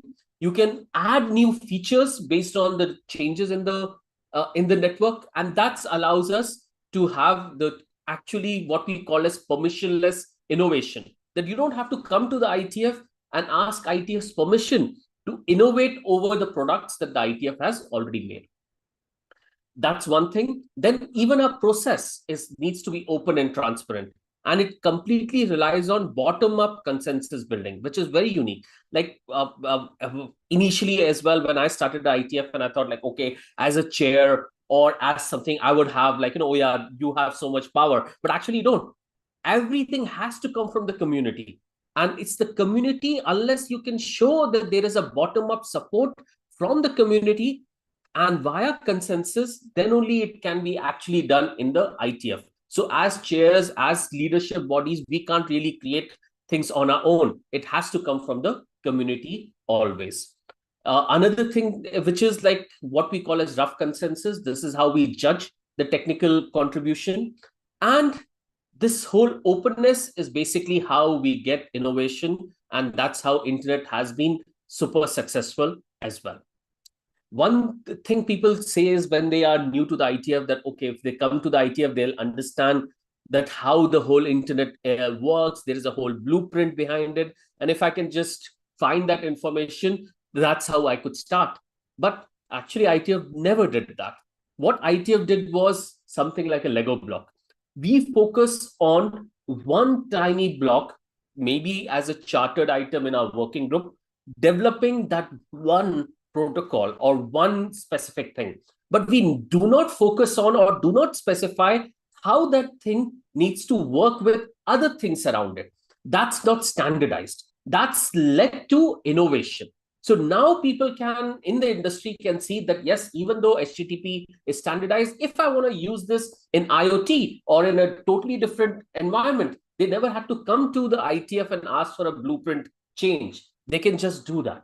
And that allows you to do this permissionless innovation. So this Lego block is very important to us. It has its advantage. It allows us to internet to be internet. But of course, when you are starting at the ITF, sometimes you feel like, oh my God, there's too much. There's so many working groups. There are so many Lego blocks. Nobody's telling me how one thing connects to another. Yes, I think it's a drawback. And that's where we hope other organizations outside the ITF, like where we, Educational Institute, academia, other places, and so many good books have been written on these topics, on how things work together in a particular deployment, but using the same building blocks. And ITF will continue to focus only on the building block aspect. So that's part I wanted to explain a little bit. Now let's look at these work areas. Everything below link layer. So we don't do Wi-Fi, we don't do 3G, 5G, none of IEEE. Those are like, other SDOs that do the link layer. Similarly, things over the web, W3C, OSS, that's all other organization. But anything in between the link layers and the applications over the internet is something that we do in the ITF. So if you look at starting from IP, IPv4, IPv6, NTP, DHCP, DNS, the core infrastructure protocols over which things work, that's on the internet area. Over which we have routing. This is where we have all the routing protocols like BGP, OSPF, ISIS. I work on something called Path Computation Element, which I chair. So that PC, SRv6, segment routing, those things are all in the routing.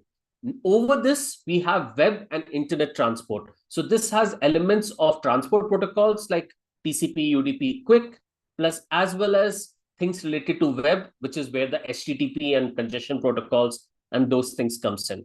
Over which we have applications and real-time media. So things like WebRTC, something that we are currently using in this Zoom call to be able to talk to each other. That's also standardized at the ITF. SIP, voice over IP, even things like calendar, like we all use different calendaring tools. They all need to be standardized. We have a format of how we can send calendar invitation to each other so that these things work. So even in application layer, there's a lot of standard works that happen, lots of formatting. And two things that you see on the side, these are the pillars. Irrespective of which protocol it is, you need to worry about security. So that's why all the security stuff comes here. And similarly, you need to worry about operations and management of the same set of protocols, irrespective of which layer they have. So that's where Yang, Netconf, all the Radius, those things also comes in. This is our community. Just to give you a number, the last meeting at ITF was in Madrid in July. We had around 1,700 total people participating, 1,000 in person and around 640 remote. So a big chunk of people who participated in ITF are remote. Around 20% are always first-time participants. So that's always, there is a bunch of new people coming in. And hackathon, which is, I'll talk about hackathon a little bit as well, which also see a huge participation. So of this many people coming to the ITF, this around 50% of the people are also at the hackathon on the Saturdays and Sundays before the ITF. This is just a worldview of where the participants are coming from. Of course, US leads the chart. There is US, China, Germany, UK, and even India. India's participation has increased, especially because of the remote participation. So we still get not as many folks in person, but remote participation has always been pretty good at ITF as well. Again, it's not just the meeting. ITF community is much more. So if you look at people, unique email addresses that are posting on our ITF, any of the ITF mailing list, that number is actually much higher, around 7,831. Different participants, just to give you an idea of how many documents are there, how many authors are there. In a year, how many RFCs, which are our internet standards, are published, how many number of messages that we need to read over the various different ITF mailing lists, how many working groups are there, around 126, of which around 11 were new and 13th closed down. So just to give you a snapshot of how much activity that is happening at the ITF, and no one ITFer ever understands the whole picture. It's impossible, as you can see, the amount of stuff that is happening, irrespective of whether you are an ITF chair or this thing, you work on your Lego block, you focus on that Lego block connecting to 5 different common Lego blocks. Nobody knows the whole thing. That's why we don't do blueprints. Another view of various different ITF communities, most of the people are coming from the business side, but a huge academia. So around 20% of ITF participants are from academia. Civil society participation is increasing, government participation is increasing as well. So it's not just business that I wanted to make sure of. From geography, of course, we have equal participation from North America and Europe. They are taking both big chunks, and Asia is the number 3, and after that, all the other places. So Asia has a long way to go, even though there are some giants. China sends a lot of people, Japan, Korea, but still the overall number is much smaller. And India also needs to play its part in this space, so that we need to be more part of the standards generation and not just the consumers of the standard.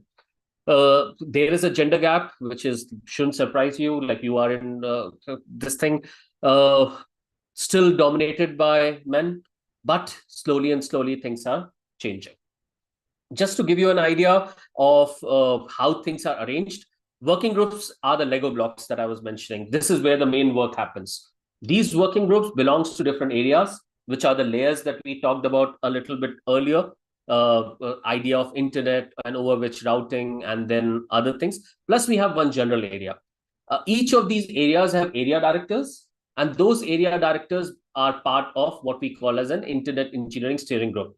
And in fact, we have an area director from India as well, which is the first time that has happened, an Indian living in India who has been a part of the ISG. So that's Ketan, who's routing. So that's pretty good news for us. And then there is an Internet Architecture Board, and I'm part of the Internet Architecture Board. I'll talk about it as well a little bit. And then there is IRTF. IRTF is the research arm of ITF, and they instead of working groups, they have what we call as research groups, and over which are the other admin related and RFC editor and trust and bunch of other things. So this just gives you an idea of how our organization structure is. Let me quickly talk about IIB a little bit as well. So what's the role of the IIB?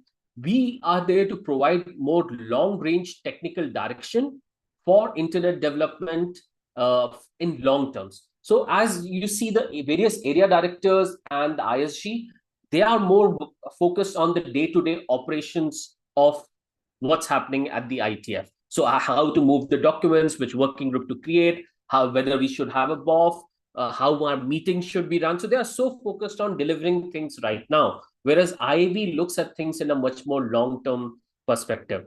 We provide more architecture and process oversight.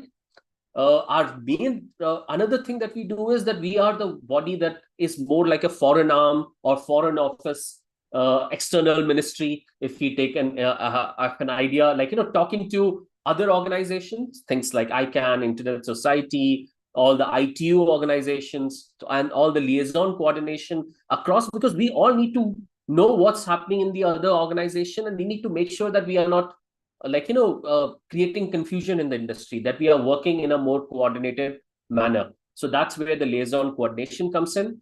And also we do lots of technical things like workshops. So we have 2 workshops which are upcoming, one on age verification. As you know, there are lots of policy debates that are happening all over the world on how to do restriction on content for kids. So age verification, how do we verify that?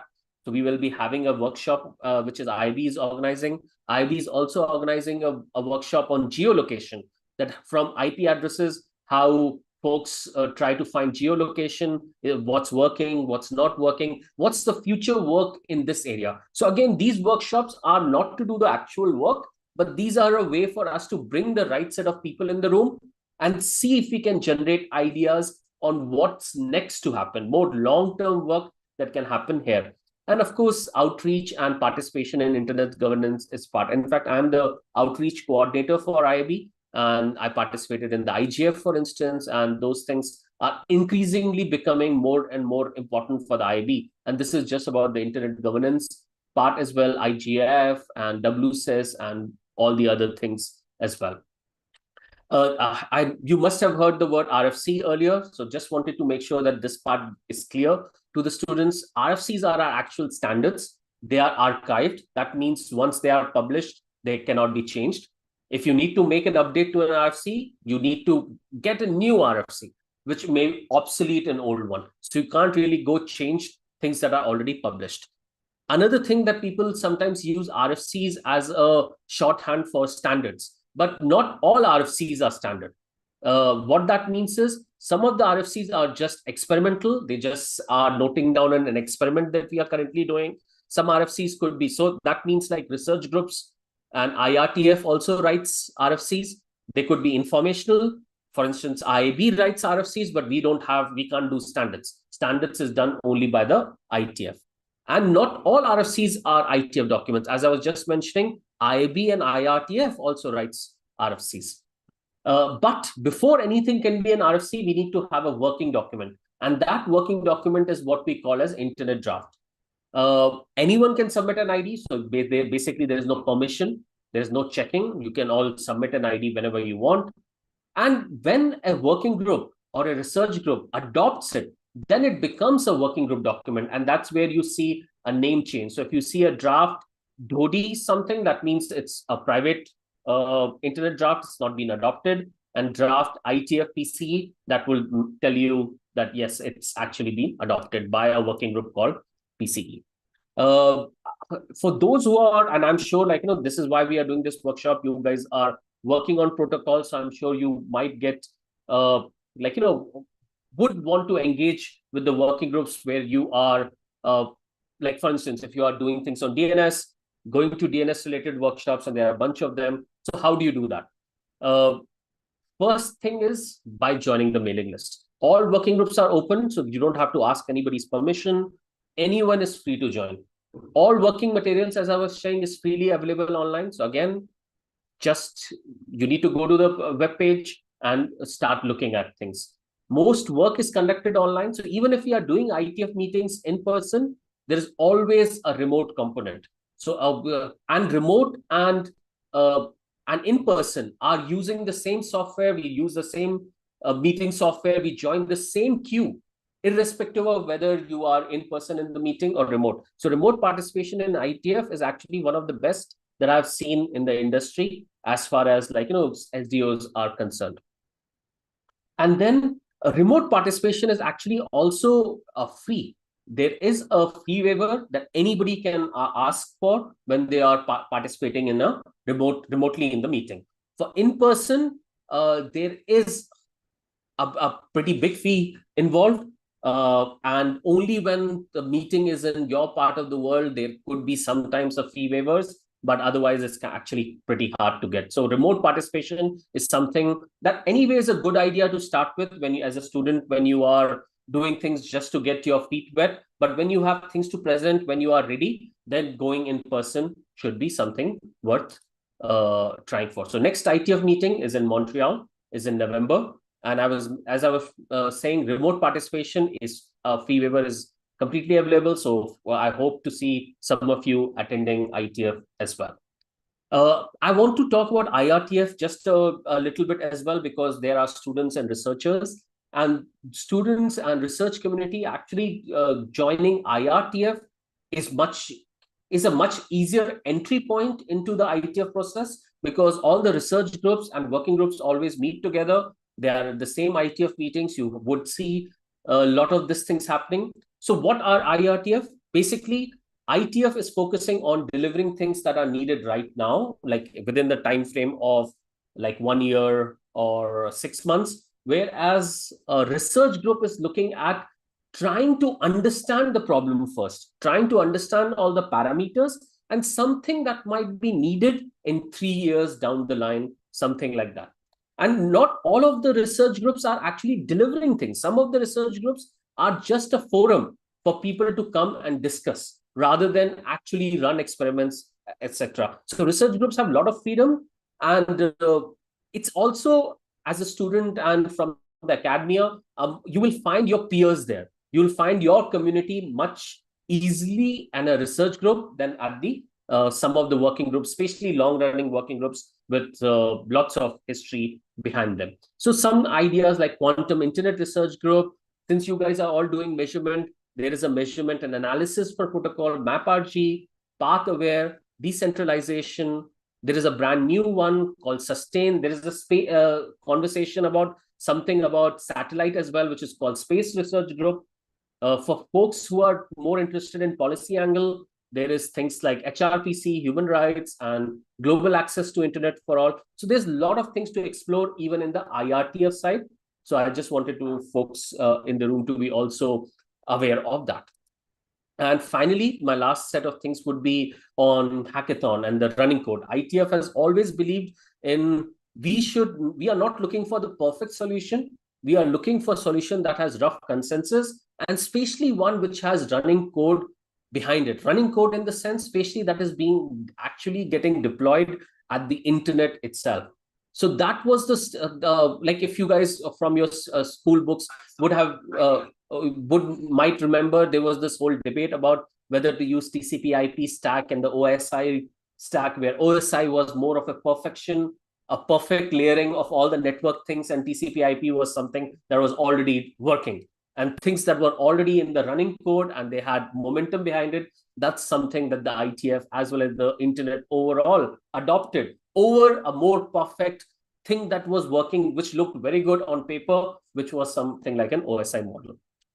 So how do you do a hackathon? The hackathons happens on the weekend before the ITF meeting. Again, anybody can participate. You just need to register.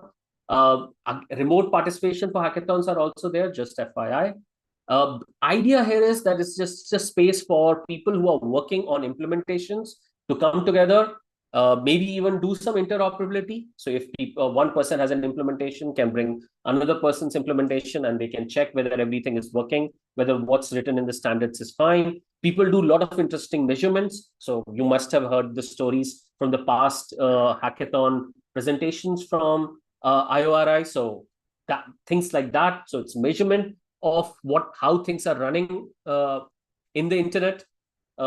People do demos, like they have things that might have developed and they are giving a demo there. So in general, it's not like any other hackathon which has a much more structured.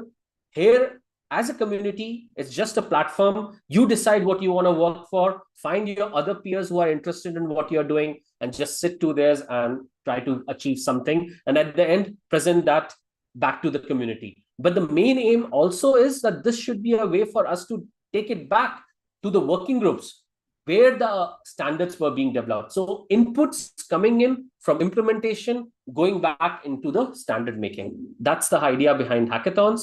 And my last slide, as I was mentioning, that IISOC also is sort of like a community of folks who are interested in ITF, who attend ITF meeting or ITF adjacent. Sometimes they are not they are just implementing ITF protocol. They are interested in the conversations that are happening at the ITF. So that's our community at iisoc.in. Go to the website, you can become a member. If you're interested, send me a message. There is a WhatsApp group as well. So a bunch of things that are happening, but on the websites, you'll find a lot of information. We do lots things like a connections event, which is our annual event. We do webinars. For instance, there's a webinar coming in for PQC, which is post-quantum cryptography in end of this month. And we do things like RFCs we love. And with that, thank you. Are there any questions for me? Any questions for Dhruv at this point in time?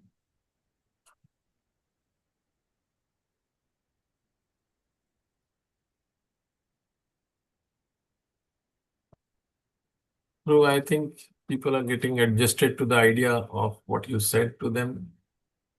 So if there is any questions on the chat, I will reach out to you, and if you may want to answer that. Sure. Thanks, everyone. All the best with your upcoming workshop, and I hope to see you in person in one of these events. Thank you.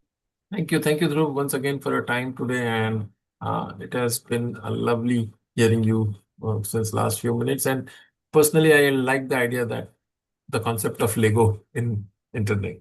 Thank you so much. With this, we come to the next technical talk by Mr. Abhijan Bhattacharya. Abhijan is already in the call. He is a senior scientist at Tata Consultancy Services.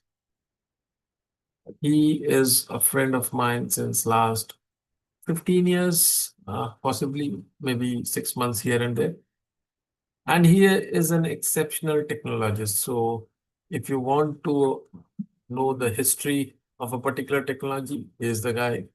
If you want to understand where this technology is going, he is the person.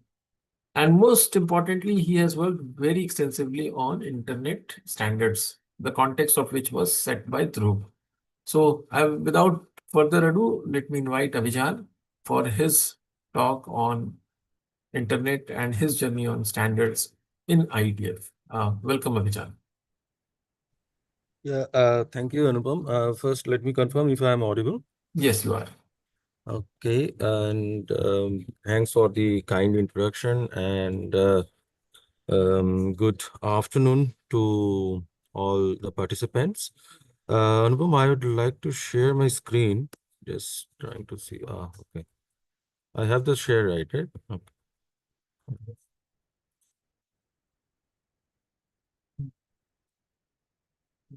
I'm not able to hear you. You're on mute. I'm making you the co-host so that you can Okay. share the screen. Sure.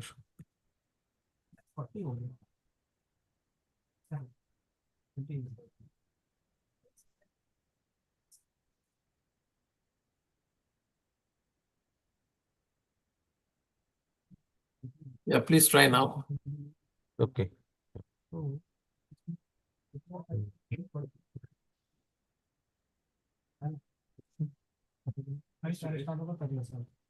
Am I? Is my screen visible now? Yes, you can put it in the full screen mode. Yeah. Just. Is it okay? Yeah. Thank you for confirming. So, as Dhruv has already said about what is ITF and how to get engaged, so I don't want to do much of repetition, and that kind of helps me also because I can then straight away go to some other things which may be very much contextual for India. Although I prepared these things quite a few years back, but I still find them valid. Right. Abhijan, sorry to interrupt, but if you can adjust your camera, we are just seeing half of your face. Just a minute. Let me see. Okay. Yeah, this is better. This is my yeah. Thank you. Fine. Thank you. Right. So, internet and ITF, just to, I know Dhruv has already done this, but just to give the context. So basically we have this concept of, knowledge pyramid where we have this data, we sense data, then we gather information, then knowledge, and then we exchange knowledge and we then gather wisdom. So currently, this is what exactly is unfolding in the era of Industry 4.0. So you gather data with all your sensors, and then from the sensors, you churn out information. Information gives you knowledge, and then when all the knowledge base come together, you get the wisdom, which is AI. And AI is more and more getting embedded within the network. But how did it all start? It started with the concept of ARPANET. So something like we have called DRDO in India. So similarly, there is DARPA in United States. They So they, at that time, packet switching was just, and it's, I mean, people started to find the the inference or the utility of packet switching, and they started to connect the computers. So essentially, that was the time when machines started to become the representation of human minds more and more, and that is good. And now machines are more and more becoming, representation of our entire environment. We talk about smart world and all these things, right? So 1969, 1970, so we started only within few machines in an university corner that then got connected across the across the two coasts of the United States. And then by 1977, it actually extended beyond the United States, Europe, and then around 1980s it reached us. So before we go to ITF, we have to understand few core values, because ITF is basically what we call internet. The protocols that take your raw data to the backhaul is what ITF does. And these are the some core principles on which internet stood. One is that there should not be any bias in the link in between. So it is end to end, although there are many technologies that are coming up today with the advent of 5G, which is kind of going a little bit against the principle if we can strictly observe, but that is also in the interest of quality of service. Universal access. If you have internet anywhere in the world, you should be able to get access to data, and freedom of expression, no censorship, right? Again, these are the fundamental concepts, but these are, I can't say that in today's world, these are absolutely, obeyed by all countries, all geographies, every people. But binding all of them was an open standard. So ITF is right now I am representing India in ITUT. I'm representing my organization in TSDSI.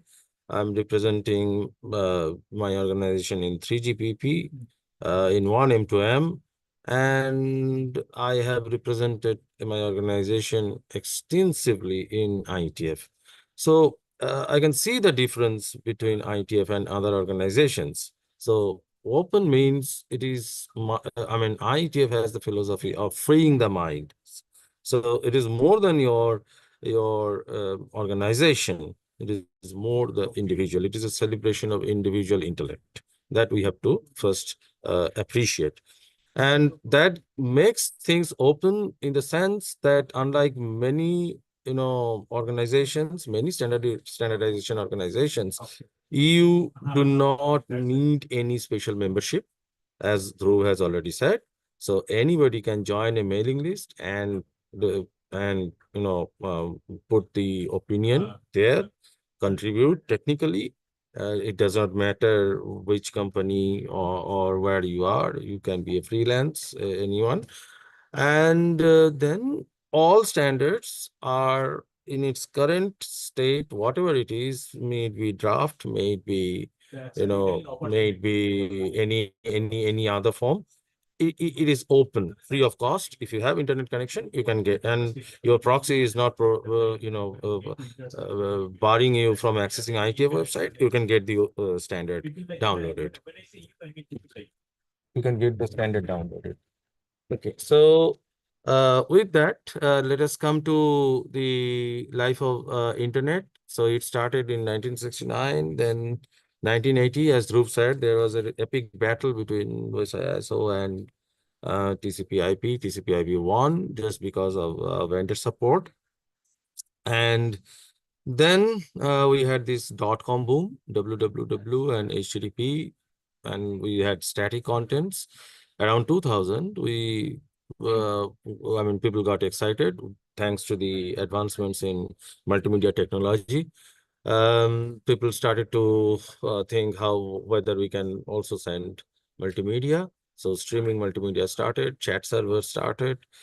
Then late 2000 or middle of 2000, we had this social web and video on demand.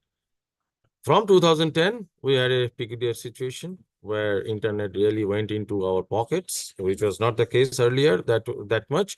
Although it started from 2005-6 onwards with the advent of 3G, but it really started to come into our pocket from 2010. Okay, with the advent of smartphone, and internet became really wireless.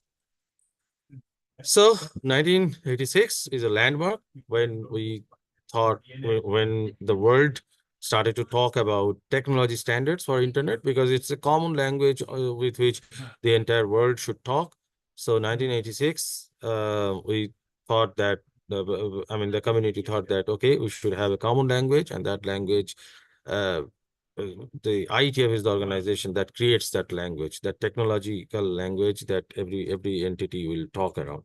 And 1992, we had Internet Society, as Dhruv has already said. So it emerged as a kind of legal umbrella, and with a lot of social responsibilities of taking internet to the masses, right?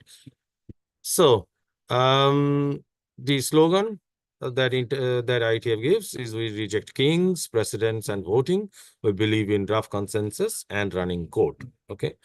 So that means that rough consensus is that we may always agree to disagree, but at least there is some level of agreement on which we can say, okay, we can tentatively accept this, or we can say we were not vehemently opposing this. So there is some kind of agreement on which, based on which even our society also runs. Not everything that we like, but we accept. So you may not like it, but let's accept. Okay, that is the philosophy. Right. Right. So between other SDOs and ITF, there is a cultural tuning that is needed, because unlike other SDOs, I've been to other SDOs where it is more formal engagement, too much formal documentation and all are required, because states get really involved in that. In ITF, it is far more casual workplace. That is what I've seen. As I said, it is celebration of individual individual work, individual intellect. I'm not going through all these things. I think Dhruv has already covered them. Let me go to birds of feather, IRTF. Dhruv has already said. QIRG is an interesting thing. I have been in some of the birds of the feather sessions, in some of the sessions where these I was there in the birth, during the birth of QIRG. I watched the what people were discussing. So these are always interesting. Then how to start. So you can always volunteer to review a document. You can post your comments, questions, you follow the discussions, start with the relevant working group. And this is how you subscribe to the mailing list. And then if once you are subscribed to the mailing list, you start getting all the mails, and you can always respond if you feel like. Right. So let me come to our contribution that became an RFC later.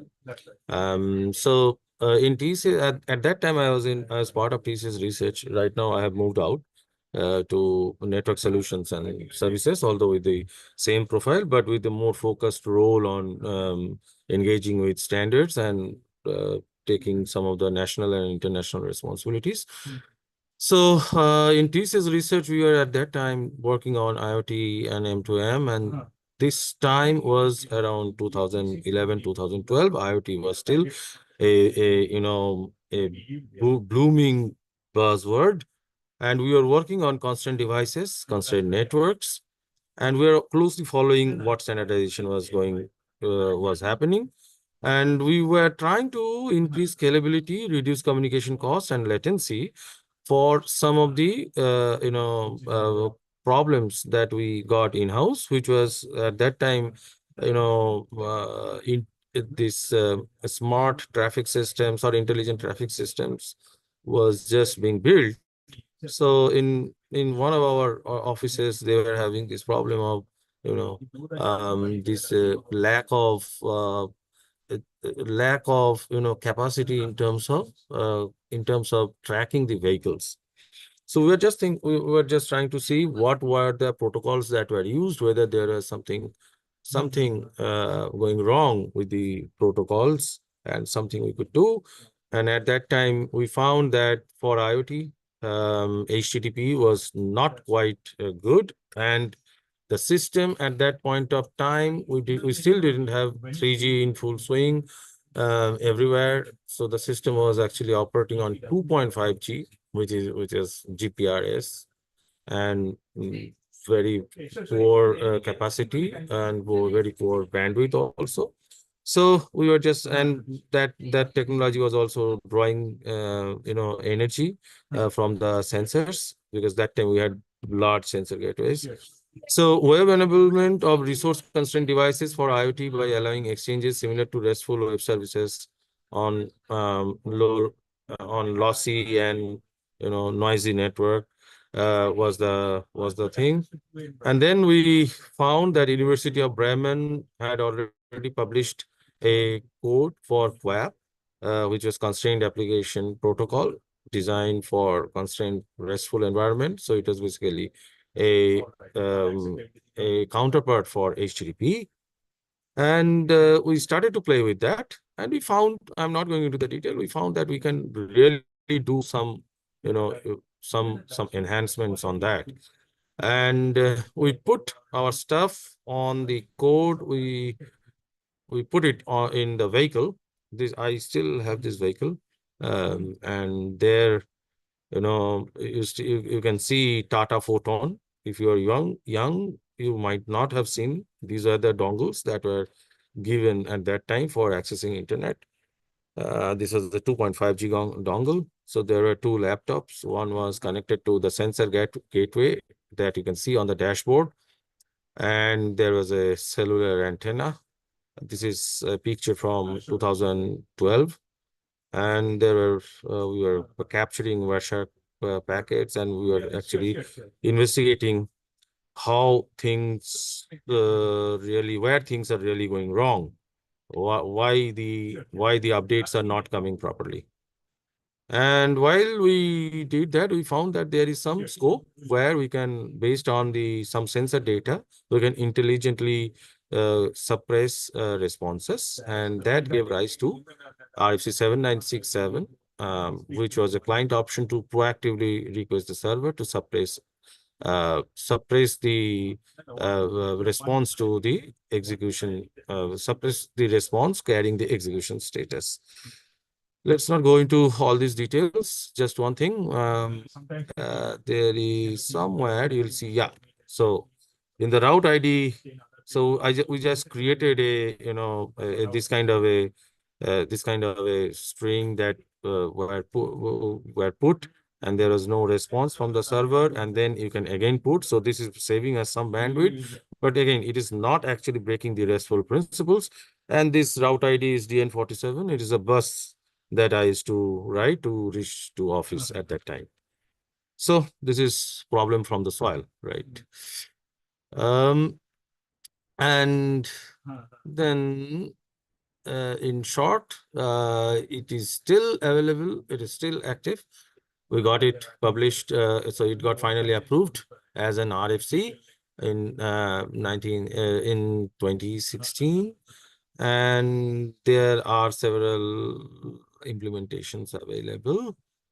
This is how you see this online. Okay, if you go there, you'll see this online. Now, many people, including experts, they have a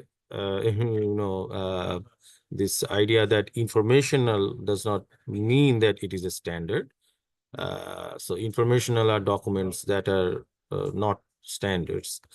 So let me clarify this misconception also, because I had felt the pain in my journey through it. So there are two types of documents. So one is working group document, and the other one is one is one category is intended standard. You write it as intended standard, and there is another category informational. In IETF, a standard is not meant just by what name you tag it, you categorize it. It may be informational. It may be, I mean, even if it is it is of a status of intended standard, it still may not be a standard if people do not use it. If people use it, then even an informational standard is also a standard. And informational does actually mean that you did not waste time in discussing in WG, or WG chair is advising you that, because everywhere there are some political things, some organizations may not come in open to support you, or they request something from your end also, which you are not able to give. So in such situations, there is one track. Let me just tell you this, because many people do not talk about that. Individual submission. So when it is informational, that essentially means that it is an individual submission. And this is, I'm not generating, this is from IETF tutorial, okay? So individual submission means that you directly deal with the IFC editor and IESG. That is what I did, because what I found is that given my organizational state at that point of time, and given some other factors, I mean, getting the standard faster would have been the path to take it through IESG, but it went through very quickly, and I got the approval very quickly because I had a backlog of 3 years of discussion and modification and enhancement on this RFC. If you are still not convinced, there is another standard from Apple, HTTP live streaming. This was August 2007. This is August 2016, just 1 year afterwards. There's the standard HTTP live streaming. This is also, as you can see, informational, because Apple was getting, I was in some of the discussions that was taking place regarding this. I was physically present in the room, so Apple was facing some trouble, but HTTP live streaming was there. It was there since 2006. People were using it. YouTube was even using it. Every Apple devices were using it. So it was already a de facto. So nobody will say that, I mean, since this is informational, so HTTP live streaming is not a standard, right? The only thing it means that HTTP live streaming is informational, because they went directly through the IESG via the RFC editor to making it an RFC, right? So this is the spirit. It does not matter what you tag it or how you categorize it, right? RFC 7967, although informational, is a standard because, well, TCS does not have any implementation, unfortunately or fortunately, but there are other implementations. University of Bremen has libcoop. Californium, a cloud implementation of QAP, which is, to best of my knowledge, is from Bosch. Bosch was maintaining this thing, Bosch Germany. They have incorporated the standard. IoT-VT was another cloud standard. They have already used it. And Fairhair Alliance is currently, it is now called Open Connectivity Forum. This is a standard for, lights, connected lights and smart homes. They also have this standard incorporated. And it is also incorporated in several other RFCs as a building component related to OSCORE. OSCORE is a open security specification for constrained environments. And then, excuse me, and then it is also deployed in some LPWAN signaling standards. So low power wide area network signaling standard. So if you are tired in working groups, sometimes making informational at least takes you through, okay? Because because not every time you are going to get fellowships, not every time you are going to get free fee waiver, right? Not every time you are going to get budget budget approval from whatever organization you are coming. So the quicker you get it out and make it available for people to use so that people can refer to it, the better. This was my journey. I started my ITF career in 2012. Well, the graph shows only up to 2016 August, because that is the milestone, first milestone we achieved on RFC 7967. You can actually, and my last ITF that I attended was in 2022. I never attended any ITF online. All my attendances were physical attendance up to 2022, just after the pandemic. And at that time, we got many, I'm thankful to Internet Society, because at that time, Internet Society used to, provide a fellowship for developing countries to selected individuals. Many selected individuals from India got, that fellowship.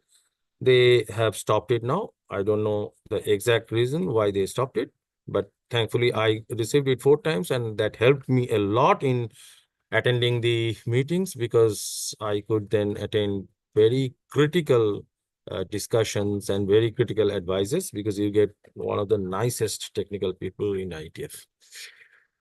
There were many other efforts for different organizational reasons and different, for shifting of focus.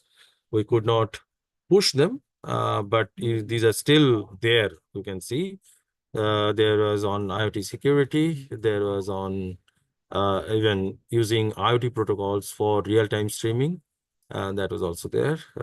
So this was our effort. India at IETF, and why should we go to standards? So basically, as Dhruv has already mentioned, efficient dissemination of innovation. What you do in your lab, your thoughts, your ideas, and if you combine that with an economy of scale, that leads to economic growth. There are many examples of such countries which are, if you take countries like Finland or, small countries, there are many other small countries, small examples who have actually ridden their growth on standardization. Okay. And there, if you are interested on the economic aspect, you can connect me offline. I can give you some papers from economics also, some economic research papers also on how the standardization economy can help nations. Okay. And we were not doing great, although this is a little bit old from 2029 data, 2028-29 data. I don't think the growth has been that much. I'm just talking about ITF, not of any other SDOs. And in terms of contribution, we don't figure in the leading position. And if you consider only the, company, if you take people coming from organizations which have originated somewhere else and have their offices in India, then we have some significant figures. But if you consider organizations which have originated in India, then the figure is very, very poor, and not even does not come even in points in the graph. Competition, I don't know, with the recent political developments, whether we still have the competition or not, but at the time when I built it, there was competition. This is how we figure out. And as I said, how many organizations are with Indian roots. And this is how our neighbor is contributing. And this is a famous, my favorite example that I give. If you're fond of music, we are actually not very serious about standardization by nature. We are a little bit egoistic. We know we do our own way. So if you see our classical music, right? Just take the example of Hindustani classical, the notations. If you take Western notations, they have common standard, irrespective of whether you are composing in Germany, whether you're composing in England, whether you're composing even in India or in United States, you have a common notation. But if you talk about, our Indian style, then, Paluskar has one standard. Pandit Bhatkhande has another standard of noting. Rabindranath Tagore has his own standard. Pandit Ajay Chakravarti has a completely peculiar standard, which we do not know whether it is in Brahmi or which lipi is used. I'm not very sure. But I took this, what the picture that you see is actually, I got it from one of his students who actually showed me how the notations are. Right. So one thing is to boost socioeconomic growth is to think about standards as essential patents. You patent your idea, you take it to standards, and if your organization is from developing world, you say that this is a technology that we require, we have a patent, and you tell your, that patent can protect your organizations of the soil, the startups, and from infringement from other developed nations doing business over in your country. And at the same time, you can also protect your idea and tell them that this is our idea, don't steal it, but please implement this. That also helps. And SAP gives you that legal influencing. How much time do I have? Oh, I'm just on the verge of it. So I'm not going into all these things. Should we imitate the dragon? Okay, there's one idea that is, although right now there is a push from government coming that we need to do all these things, but let us understand one thing, that standardization should be a democratic movement within the intellectual minds in our nation, because as at least my belief is that our country is more bottom up in terms of the existing structure than top down. So let the need be felt that we need the standard. The nation needs needs standards. We need to build standard essential patents. Otherwise, the value in the value chain, we can never climb up. Okay, right? So yep. So you solve it for India. Then if this is a unique piece on Earth, which has all the problems of the world. Okay, so within this geography, you solve anything, you can solve it. Given on a sarcastic note, after the rains, I see some of the roads, and I just believe that even the moon lander could be tested in our roads, right? Just to see if the satellite is finding the right patch to put all its leads on the plane, right? You just consider Indian roads, and if you are able to stand a drone there, you can land anywhere in the universe on any planet. Just on a sarcastic note, the point is that if it works for India, it will work for the world. Okay, so let us take that pledge and do it. Thank you. Thank you, Abhijan. I think that is one of a little extreme example, but very contextual. So thank you so much for your talk. It has been, I more or less now know what you will talk after hearing you a few times, but this notation of music was definitely a very different thing. Okay, so possibly we are not standardized from our core. So thank you once again for your talk today. It has been a pleasure hearing you. And in total, we have many institutes joining us today, broadcasting this session live to the set of students.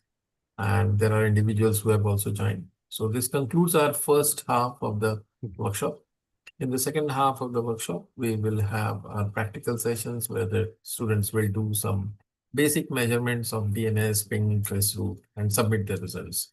So thank you once again to you and Dhruv for taking this session. And Mansi ji. Thank you very much. Thank you very much, Anupam. Appreciate your invite. Thank you. And your kindness.